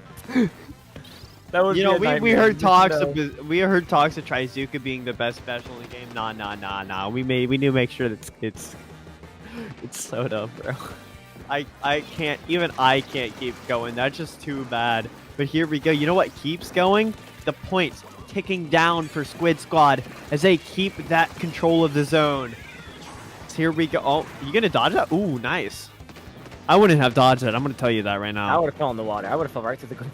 Yep. I can't swim. I'm a squid. Anyways. I mean, Potato wow. here keeping control of zone. Yeah, you would have. I can't make squid death noises, alright? I'm sorry. Not played this game enough. It would take I feel thousands that. upon thousands of hours to analyze the squid death noises. But you know what is not taking thousands upon thousands of hours? These points that Squid Squad are getting, they're already down to 4. And they just now get zone flipped. We back finally flipping zone here. And what a time to do it. 4 seconds later, they would have not been in this match. No, yeah, absolutely. I mean, if it was just a couple more seconds down, Squid Squad would have had this in the bag. But now, it's on the other foot. We back is in some strong holds here. They do have strikes online. Potato's almost going to be picked off here, and they do have a cooler ready. As one player goes down, cooler will be popped. Dakin will grab it as well as the pencil. And they will Zuki here to try to get some picks. One will go down on both sides. Strikes trading out to Zuka. More strikes following suit. Can they survive? Yes, they will. Strikes being popped in retaliation by Weeback. And the points are still counting down with only 20 more to go. Trades going down. 2 down on the side of Weeback. It's going to be a delayed wipe for the most part, as these final players will get picked off and zone will go back in favor for Squid Squad. And once again, Squid Squad, after letting a great amount of points get let go, they are back in control and in great position like they were once before. A great position, but 48 somewhat points needed to get this dub. And we back, they're actually in a decent position. They have a lot of time on their, I was going to say back again, but now I don't know what I'm going to say. As they are able to get some picks, try to get back in this situation, but the tri-strikes are going down. You're going to keep control of zone as there's 10 penalty points remaining for the side of Squid Squad. 4. Oh, and what a time to stall, but there's 3 down on the side of Weeback. 3, 2, 1, and that's going to be it. Game 3. Squid Squad, they take it. They will be getting the run back against Nightmare. What a game. What a map 3. Great job. Great job both teams. Weeback, great job for putting up a hell of a fight. And a great job from Squid Squad to come back after that map 1. Yeah, that was a great performance after a stronghold in the beginning to just narrowly escaping certain reverse of the zone for Weeback. They brought it back in, and they will be heading their way back against Nightmare in grand finals. And both teams here played very well. It was a great 1-1, this game being the deciding factor for them. Great job by both teams. Unfortunately, Weeback will have to end their run here, but they did a great job at that. Squid Squad, they have one more set to look forward to, and they have to bring it back twice for a bracket reset to bring it home against Nightmare in grand finals. Well, if you want to see what could possibly be a really long game, or what could be a very short sweep, you need to stay right there in your chair, because we'll be right back after this break.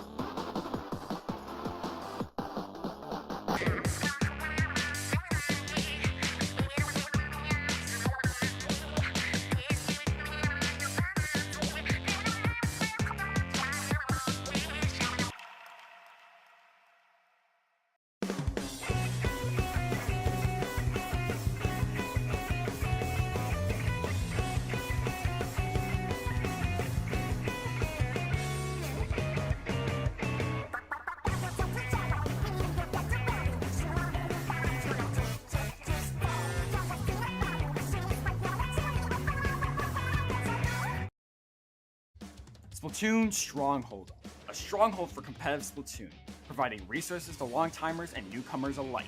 If you're new to the competitive scene or still figuring out how to join, we have a getting started guide and plenty of other resources to help you in your journey. If you are a seasoned veteran, we still have plenty to offer. You can find and join tournaments as well as participate in our Captain Forum and find free agents and teams. Our mission is to make competitive Splatoon easily accessible to everyone.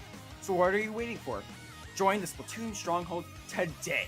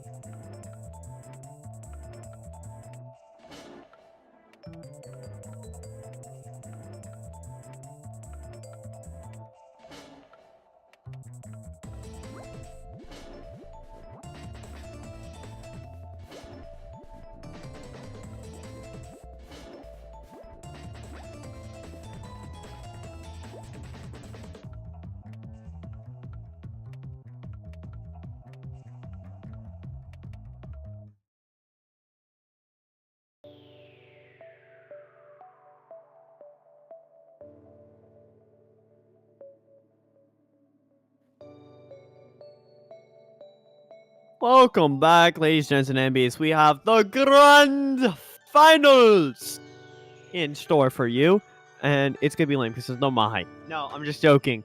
There could be after the reset that could potentially happen. Squid Squad, they made it back to fight Nightmare again, and what will happen? Will Squid Squad get this will they get the rewind, or will Nightmare shut them out?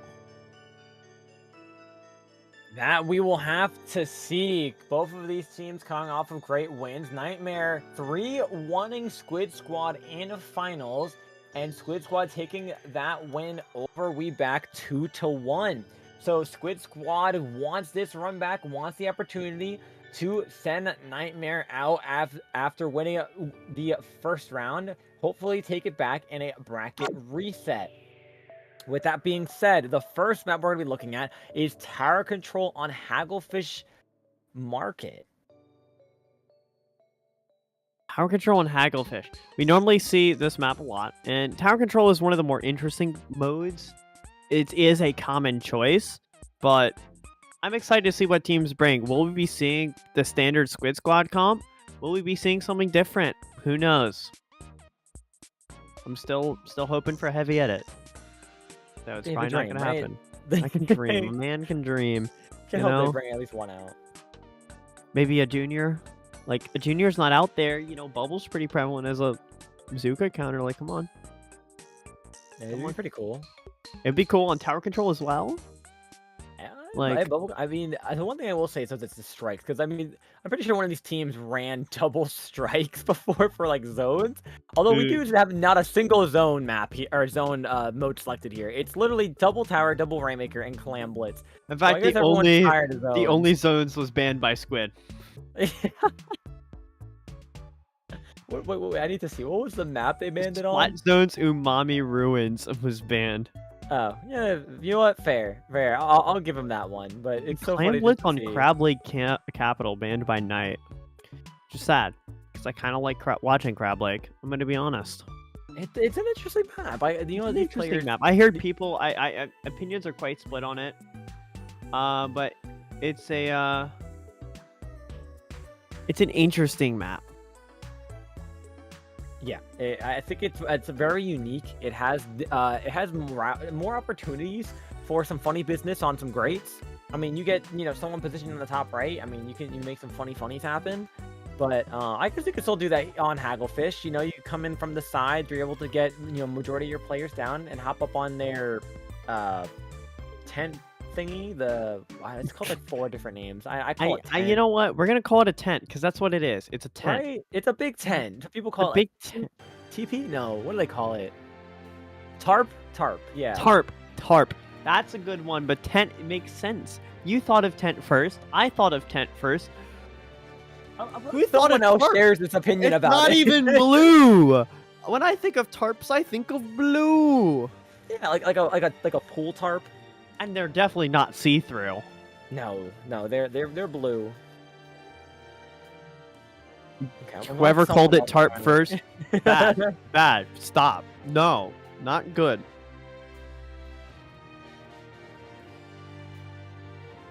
Yeah, no, I'm excited though for this, for this map. I mean, tower control, of course, being a little tricky once you get things past that first checkpoint. You have that top right of an entryway, which players can drop down from. But if you get a good hold there on the ledge, I mean, it's really good for carbons, sloshers, buckets. Overall, that's pretty good positioning there. If you're able to get someone with a crab or even your pencil on the 10. You can cause some mayhem and damage there, and overall, I mean, it leads for some great positioning if you're able to push that far forward. But both these teams, I'm curious to see if anyone can get it that far. I mean, I could see it maybe getting past that point, but we'll have to see it. We are waiting for just a couple more players to hop on in and ready up so we could start grand final. Grand finals. You know, both of these teams were like so like ecstatic in their previous sets to get in the room right away and get things started. Now it's like, maybe They want to tentative, chill. right? They want to chill. You know, Yeah, sometimes they're chilling before overheat, this. you They know? know. You ever play games where there's like an energy rifle, and if you shoot it for too long, it overheats, and you gotta do a really lengthy reload. So you gotta make sure you don't cap it out. I think that's what Squid Squad's doing. They're the Orisa left click, right? They're shooting, and then they're gonna take a moment. They gotta take that breather. I'm gonna assume it's Squid Squad because I think Nightmare's probably already been ready. They've been waiting for a while. Oh my god, it was Nightmare who was getting ready. You know what? Maybe they were stuck in solo queue. You know what? Maybe trying that happens. They're trying to grind for that 4K X rank power. You know that so many NA players are trying to reach. Which, by the way, so far no NA or no Western. Sorry, I should be more specific. No Western player has reached 4K yet. It's all been JP players. Good job, Melon. No, Melon 5K, yeah. Yo, Melon on 5K. Good job. He loses like what, 500 per loss? Like crazy. It's absolutely insane. From what I heard, apparently the stream he reached 5K. His stream crashed from all the like donations and like messages Oh they were my getting. god, that is beyond funny. Melon is the goat. To have the patience to do that. Absolutely mental. Probably has something wrong. Because honestly, I couldn't do that. But But thankfully we're here. We're commentating grand finals. yes, that's why I'm a Finally commentator. I'm not a pro player. Unlike most of y'all do commentary and pro play. Mad props, y'all. Yeah. Anyways, why does this map look wider? Are my eyes deceiving me, or is this map wider than normal? No, my eyes are deceiving me. You guys are getting deceived like that player got deceived by the Zuka. Getting annihilated right off the bat. Miner coming on the side, trying to cause some damage here. Can they find a pick on the 10th? They get a nice direct to help it. Assist for another. Nightmare riding off right away. Trying to cause some trouble here. Players going down from Squid Squad over and over. First checkpoint being made. First pushed by Nightmare. Okay, I've gotten confirmation on why the delay was happening from Nightmare. I think it's so funny. Miner was in the bathroom. I swear I'm a mature adult and don't laugh at bathroom jokes. Why are you calling them out on that? I got to. I'll call it as we were told. I mean, hey, you gotta respect that. They've probably been like grinding this whole tournament until this chill moment. Yeah, finally. nature respect calls. that. And you know what else is calling?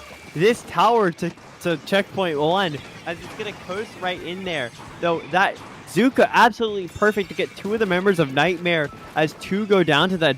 1 goes down to the Zuka and 1 goes out to the displacement. I love that word. Long word, displacement. But here we go. And it's all up to Nightmare to ensure that Squid Squad aren't going to be able to get any more points here. Yeah, absolutely. Squid Squad looking for their first point of the game. We're already about almost over a minute and a half in, going towards a 2-minute ins marker. With 3 minutes left on the clock. Players are just trying to cause some trouble here. Squid Squad finally gets the player advantage that they've been waiting for. They're looking to scare these last 2 players up. They will split, trying to jump out. Whoopie Storm, and they will somehow escape. How would you get out there? That right away. Unbelievable. As much like as clutch as I've seen of 4Ks and 3Ks, I think the most clutch thing you can do in this game is get out of danger sometimes, and that's a perfect example. Like, how do you get out there? That's so insane. But you know what else is insane? You know what else is insane? 3 going down on the side of Squid Squad.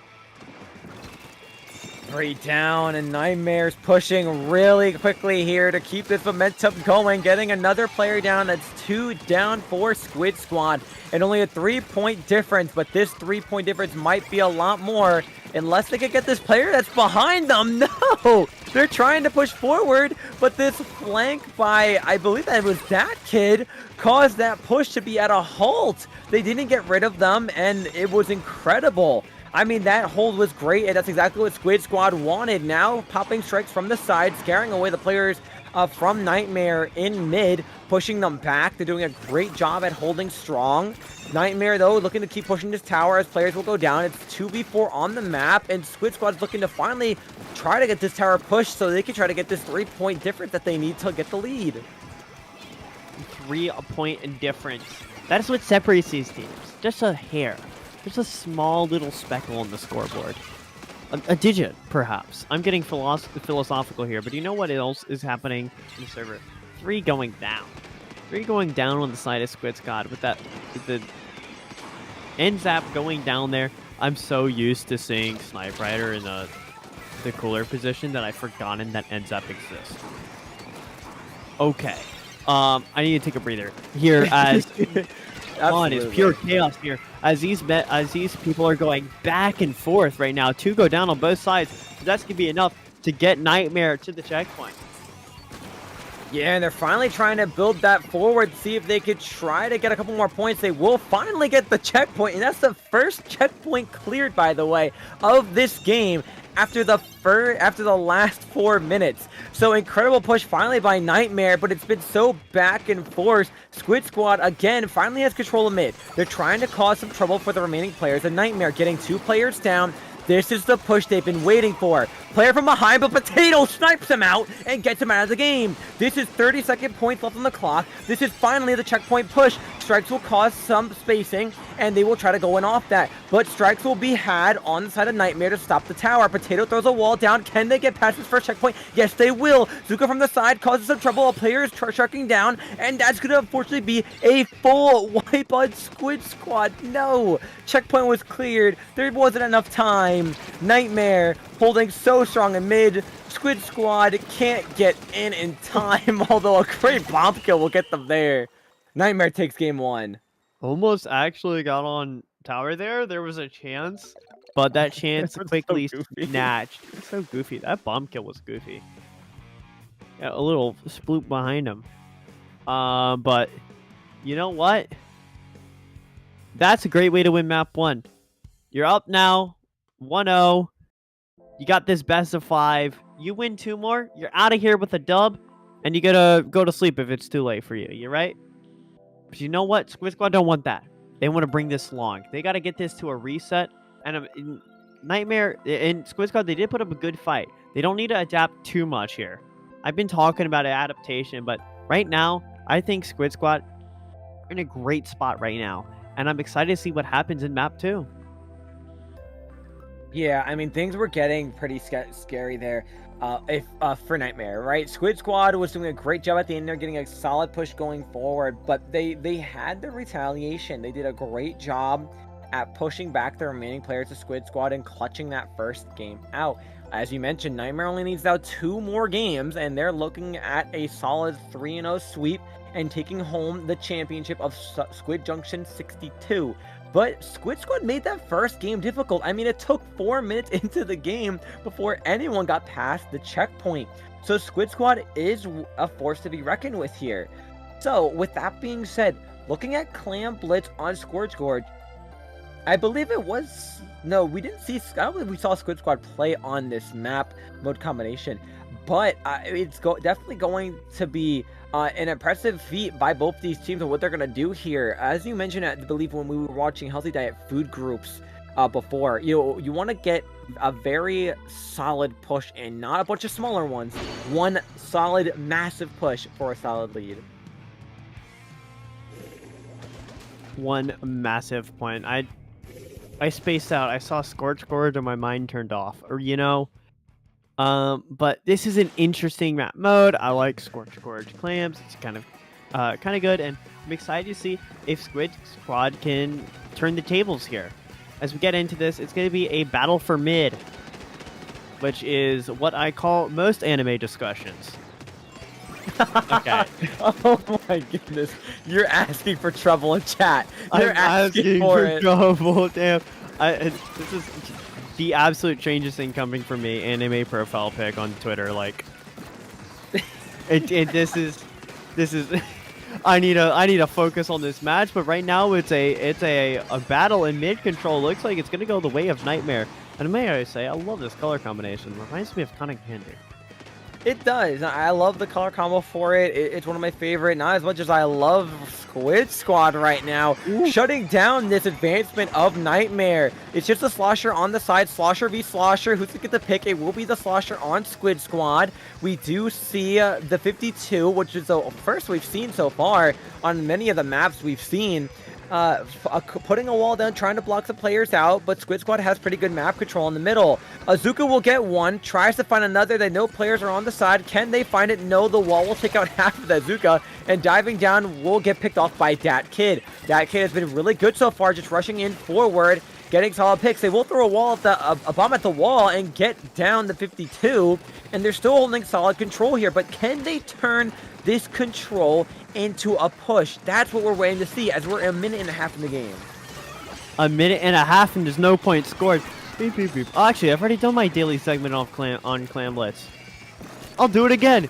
Anyways, you know what it is. It's about the quality of pushes. And right now, one team needs to build up a ton of clams to make a big quality push. Not a bunch of little pushes. But so far, with the way this is going, it's a very back and forth. And I don't think Nightmare or Squid Squad are going to give that much of an advantage over to the enemy team. So it's all about to see who is going to break first. And so far, both teams are looking like a brick wall, and there's no Paul to knock it out. It's a technical reference for you guys. Yeah. Anyways. Yeah, with that crab being popped out, Squid's squad will try to push some players back. A nice Zuka by Pulp will force another player to jump out to stay alive. And Nightmare is going to be making the first push as the 52 throws down a wall and scores one. Strikes come out to further the distance from Squid Squad away from the basket. More clams will follow suit. Two players going down, the 52 coming in from spawn. It just depends on the side having to back up. That is a power clam and a handful of clams scored. And with Potato already having a power clam in hand, fighting the pencil, getting the pick, but couldn't secure another one. A teammate will find that though, and the cooler will bring them back. They do have, I believe that's 2 power clams alive, and this could be a massive push for Squid Squad. They just have to get these picks out and go right in with it. Crab's in a good position, getting the slosher here with some help from the Zuka. And this will be a big push. One power clan, 2 more clans following suit. They're down to 48, but that push is going to be over as Potato's the only one up. But that was a great push. That is a quality push. It's not a small push. I rate the quality of that push a 9 out of 10. Only thing that would make it a 10 out of 10 is if it knocked out. Look, my criteria for 10 out of 10 is really tough, but that is a quality push. That's what you need in Clam Blitz. Not the small push that Nightmare, Squid Squad got, already getting to 71 there. So, oh, no, I'm colored. You know, I believe that was Squid Squad who got that push all the way to 48. Never mind me. Sometimes my brain, you know how you blanked before? My neurons just didn't fire again. It's a great push from Squid Squad, and it's a fantastic job they're doing right now. 2 down already, and look at these clams. That's 1 power clam. Oh, there wasn't. That was a pink power clam.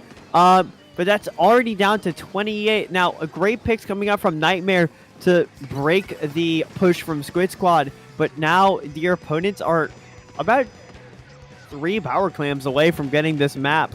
So Nightmare, they're going to need to do something. And that pick right there from the Slosher was great, but it does get traded. 1-1 down on both sides. And it's all about who can break through first. And we're seeing a great Gal push. It's able to get 1, but then it gets done. These advantages, these teams are so back and forth. They're so even. And it's going to be so tough for Nightmare to get back in on this. But here we go. Here comes the Tri-Strikes. Here comes out the specials. But there's a Crab on board. And that's one hell of a defender. Yeah, and with Chits being the 52, the last one alive, so player will stay again and actually score 1, but the shot was the last one up, and they will go out as a trade. No more jumps can't come in. Squid Squad did a fantastic job with those massive pushes, and they shut down that push by Nightmare, as that was their last attempt. Squid Squad evening the score 1-1, making this look like a very exciting grand finals we have on our hands. Very exciting. Very exciting indeed. And you know, it's grand finals. That's what we're here for, and that's what we're gonna get. So map 2 did not disappoint. And how the win was had there is Nightmare wasn't able to get a lot of clams on that first push. If Nightmare was able to get, 20, maybe, how about like 5 more clams, right? 15 more points there on that push. You bring that back to around 50, 60. That puts a little bit more mental pressure. You're not so far back. You're a bit relieved when you get back onto that deficit. That could help a lot, right? But just in the end, Squid Squad made such quality pushes there and played so well and broke through. That first half of that map was no score, no points scored, no mid control gain. It was a brawl for mid for like the entire first minute and a half. And it took a big breakthrough from Squid Squad to break that up. And great job from them. We're going to be going into Rainmaker Museum. What are your thoughts about this, Cactus? I don't hate it. I think Rainmaker Museum is a very, very interesting map mood combination. Having the spinner in mid can lead to a very strong hold for any team that's pushing, especially when you have a player playing a weapon like Pencil or even Charger. It leads to some great advantageous states. And with the Crab, if you're able to position that on top of your enemy spinner while you're trying to clear a checkpoint or move forward past the checkpoint, you're looking at some very solid points to be had on your hands. So I'm excited to see what these teams are going to bring out. I'm confident in saying that Potato might bring out the VAC Charger to try to clear some checkpoints, but we will just have to see. But I wouldn't be surprised. We've seen Potato do it before. Wouldn't be surprised if it happens again. Wouldn't be surprised if it happens again. Looks like the crowd is riled up for Potato here, and the members of Squid Squad. Let's see if the crowd favorite can take this map, or will it be Nightmare? Which, kind of kudos to them to being not the crowd favorites. We get a little villain in this story. And that's what this is all about here. We're going to be seeing those pencils, and that is a flat charger. Good old vacuum coming out on Rainmaker. Love to see it. You rarely ever see that special anywhere else, so it's always nice to see that. It's again, once again, a brawl for mid, which is what I call Call of Duty and Halo discussions. A brawl indeed. Zuka coming out though, and it's going to be Nightmare making the first push here. Players of Squid Squad are trying to play a very strong defensive side. Cooler was popped, so they have a little bit of time to come on back. Zuka will take out one by Storm, and they're going to try rushing this checkpoint. Will they get it? No! They are just shy of it, as they will get picked off, but with the player aggression they have and only the strikes and vac to hold the players back, this will be checkpoint cleared. 58 points for them, 2 players down. Crab is still holding on strong, and a player striking from behind to cause some mayhem. Can they find the pick here? They are fighting for it. Can they get it? Yes, they will, but a Slosher, the Slosher takes out And it's just Potato up alive, and this looks like the player is going to rush this Rainmaker forward. And that's what you got to do on this map. A good Squid Surge to take things to 34. Squid roll. Squid Surge is the thing that goes up.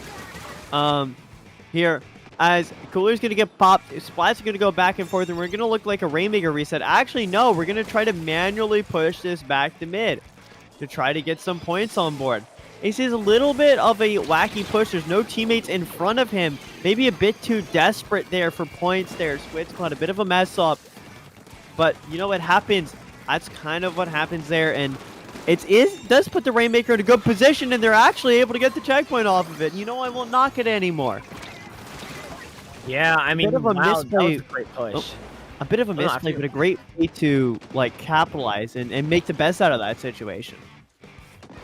Yeah, absolutely. And I mean, you would think rushing that forward at first was a little bit dangerous, but I mean, they were able to still make it work even after with some help from the back to pop it. Now, a couple more points, a little overzealous. We'll try to help them push it a little closer, and they will try to rush this forward with the back, getting all the way down to 20 points. The back will push it forward. That kid's at the checkpoint. He's going up. They get a wipeout, and Squid Squad takes the game. It is 2-1. Squid Squad just destroyed Nightmare, and now they're looking at a match point.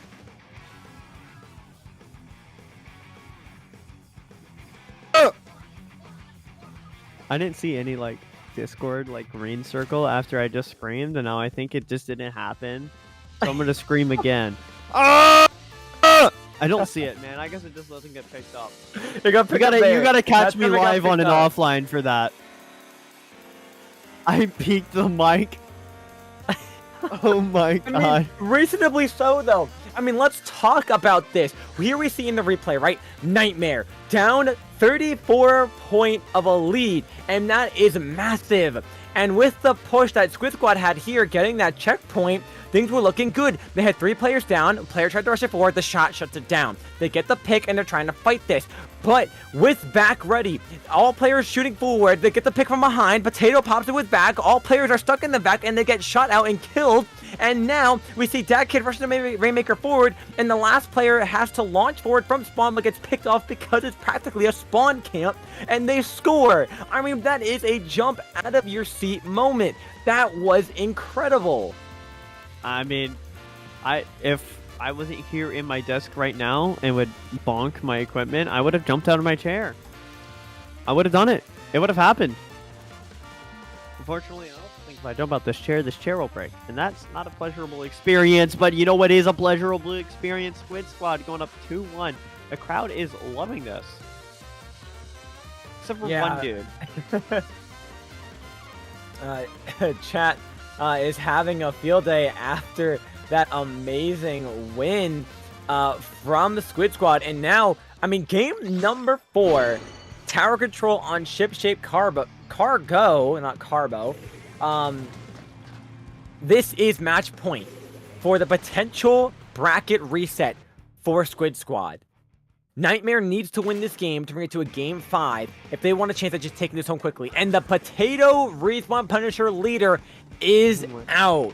We could see some nasty picks. Unfortunately, though, the second I try to say that, 2 players go down, the rest are being forced back, and Nightmare has ultimately become the best players in this tournament, quickly turning on the Jets.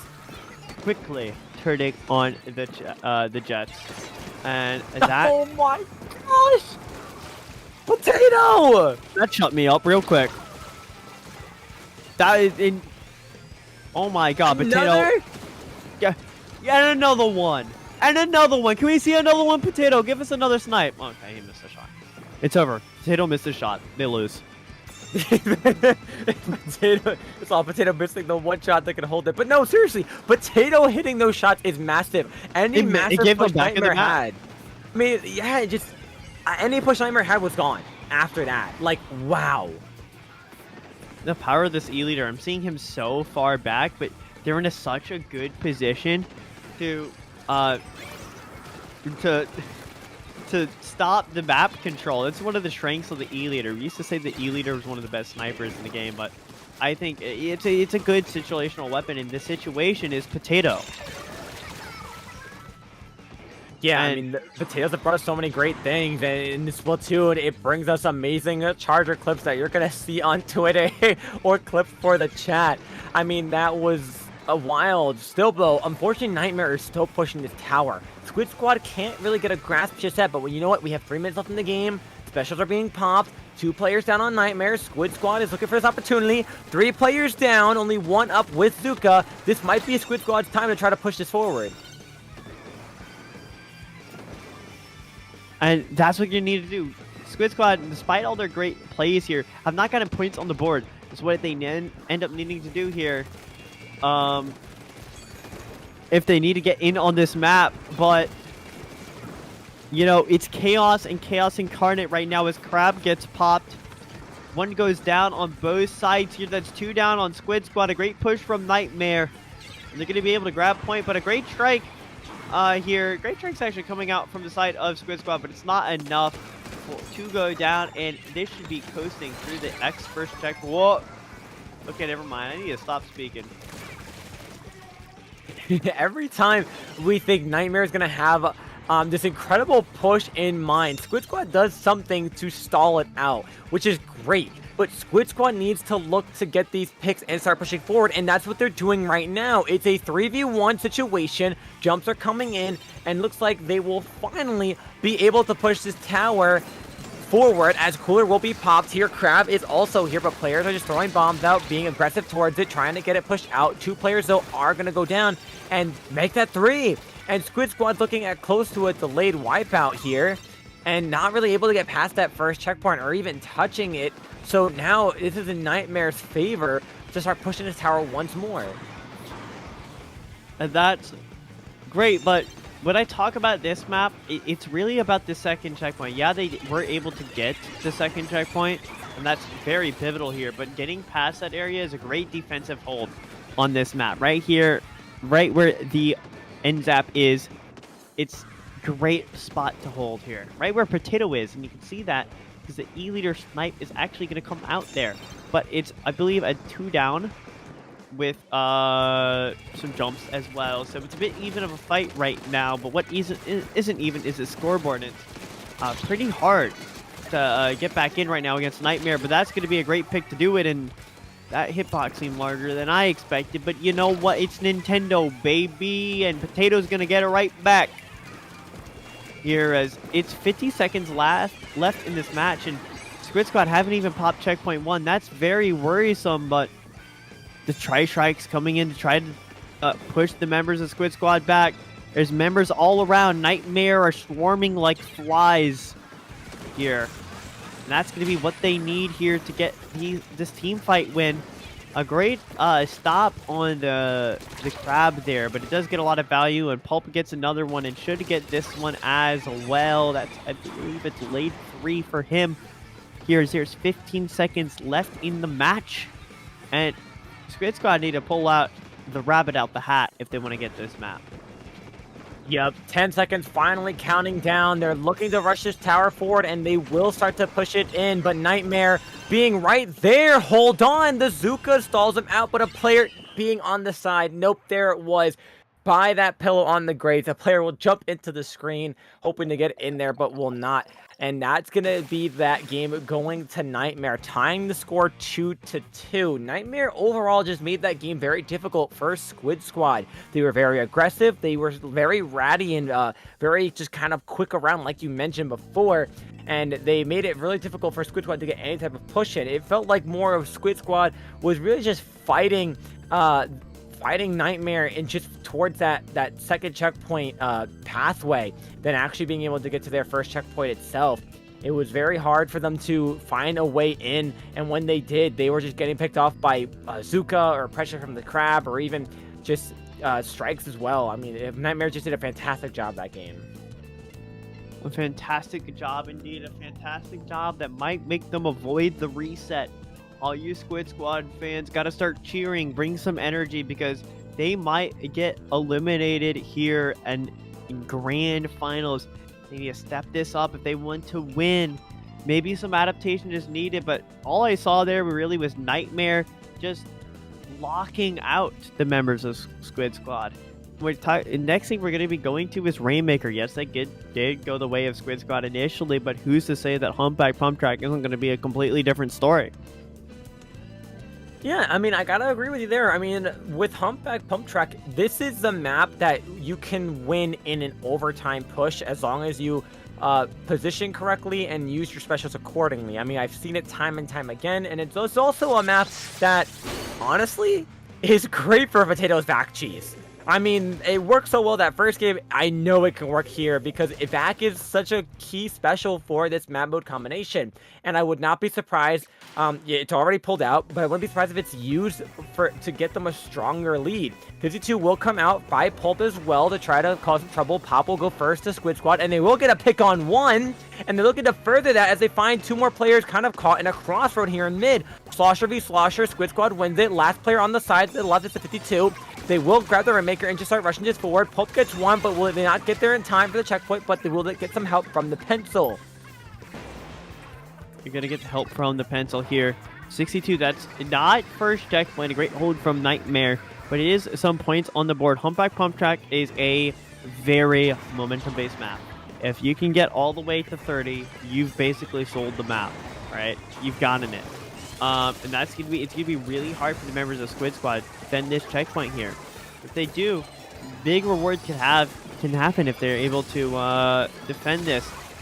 Boopy staying very far back with that Rainmaker, but it's not enough. A great push from Dat Kid there, able to shut down the Rainmaker pusher, and that's enough to get the members of Nightmare to back up. And the pop isn't even gonna come out. Great job from Squid Squad right now, and it's all about if they can get these picks, and that's 2 down. Those are the picks, and the last 2 members are so far back.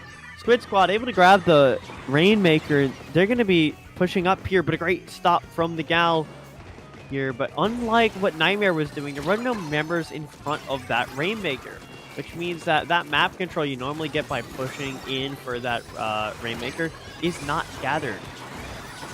Great pick from Potato with the Rainmaker here, but it's not going to be enough as Nightmare is able to get these 2 picks and get back into the round.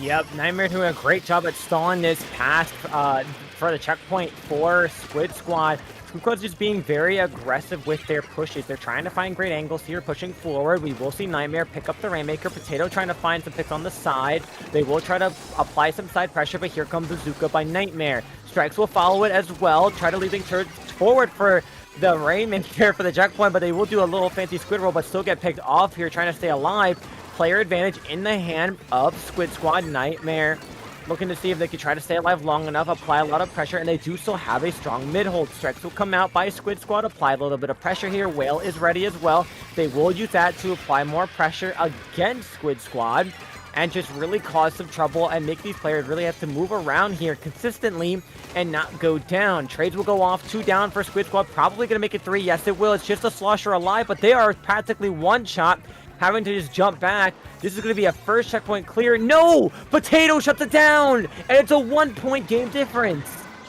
It's a 1-point game difference, and in Splatoon, that can be all that matters. But here it goes to the lead. Is Swap Nightmare officially in the lead? And that checkpoint has to be grabbed by Squid Squad here, as they want to win this game. That's right. Here we go. Cleared. The tension is high. You can cut the tension with a knife. Actually, you could probably cut it with your finger at this point here. But the Rainmaker is going to get reset. And it's going to be all about trying to get Nightmare to back up here so Squid Squad can get these picks. But 2 picks are able to grab by Squid Squad. It's back and forth. I was about to say back and forth again. But Squid Squad are able to get the picks, and look at their map control. They have mid now. It's all about if they can get a nice line of paint all the way over here. Vac is going to come out. That's going to keep the Rainmaker safe as checkpoint gets popped here. And lead is grabbed. There's a disconnect on the side of Squid Squad, but there's only a minute left. There's still a possibility that they can win.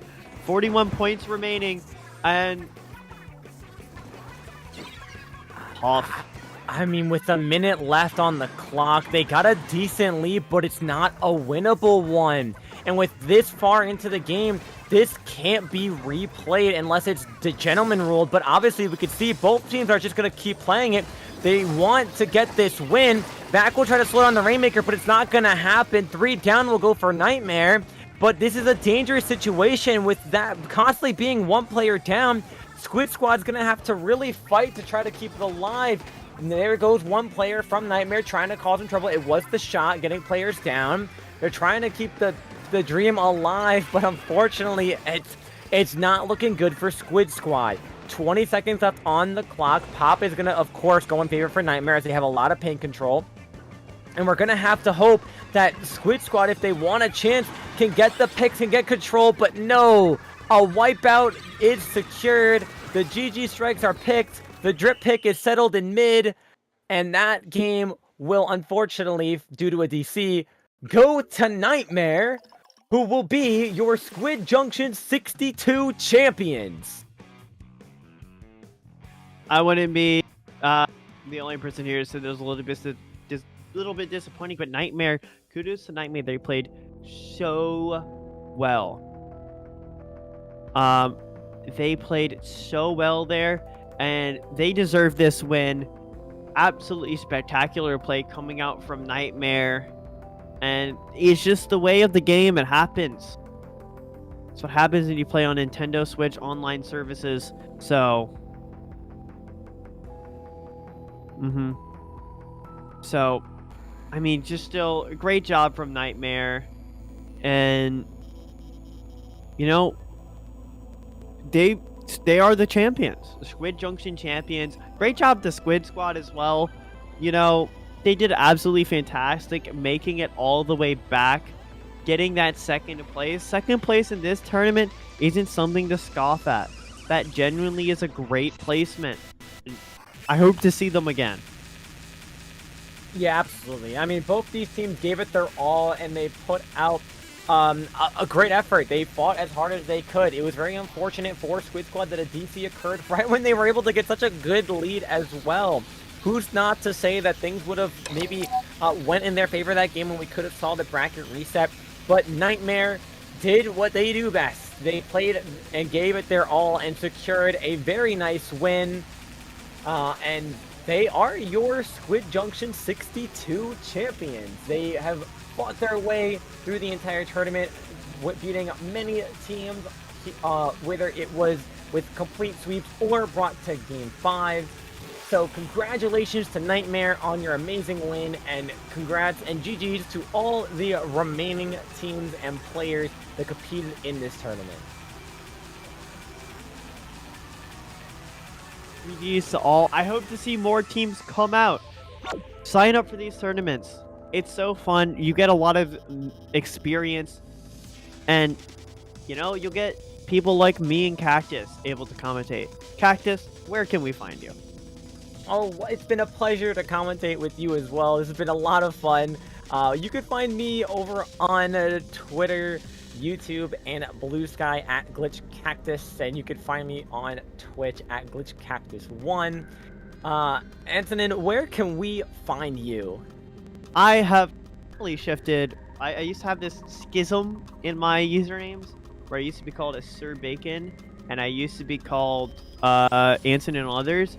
But now everything is just Anson and FGC or Anson, and you can find me on Twitter at Anson4, where I tweet delirious things. That I've currently got an obsession over Dungeon Meshi right now. Like, things are crazy over there. You can find me over at Twitch at I'm so used to saying it. You can find me over at Twitch at Anson and FGC, where I stream fighting games, as you can tell.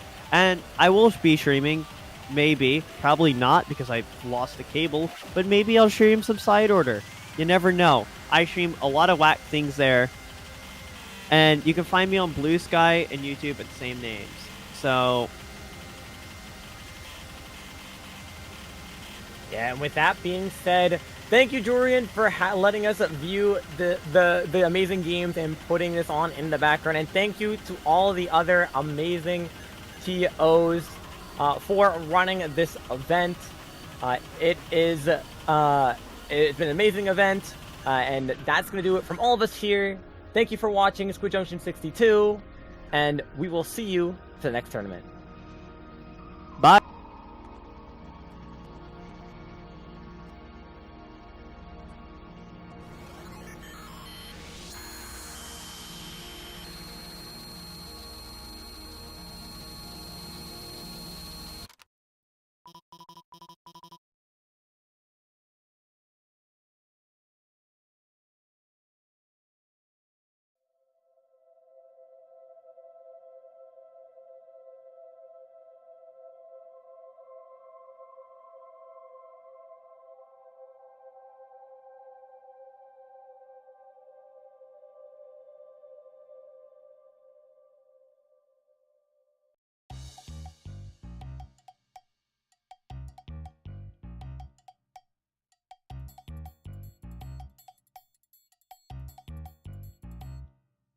go.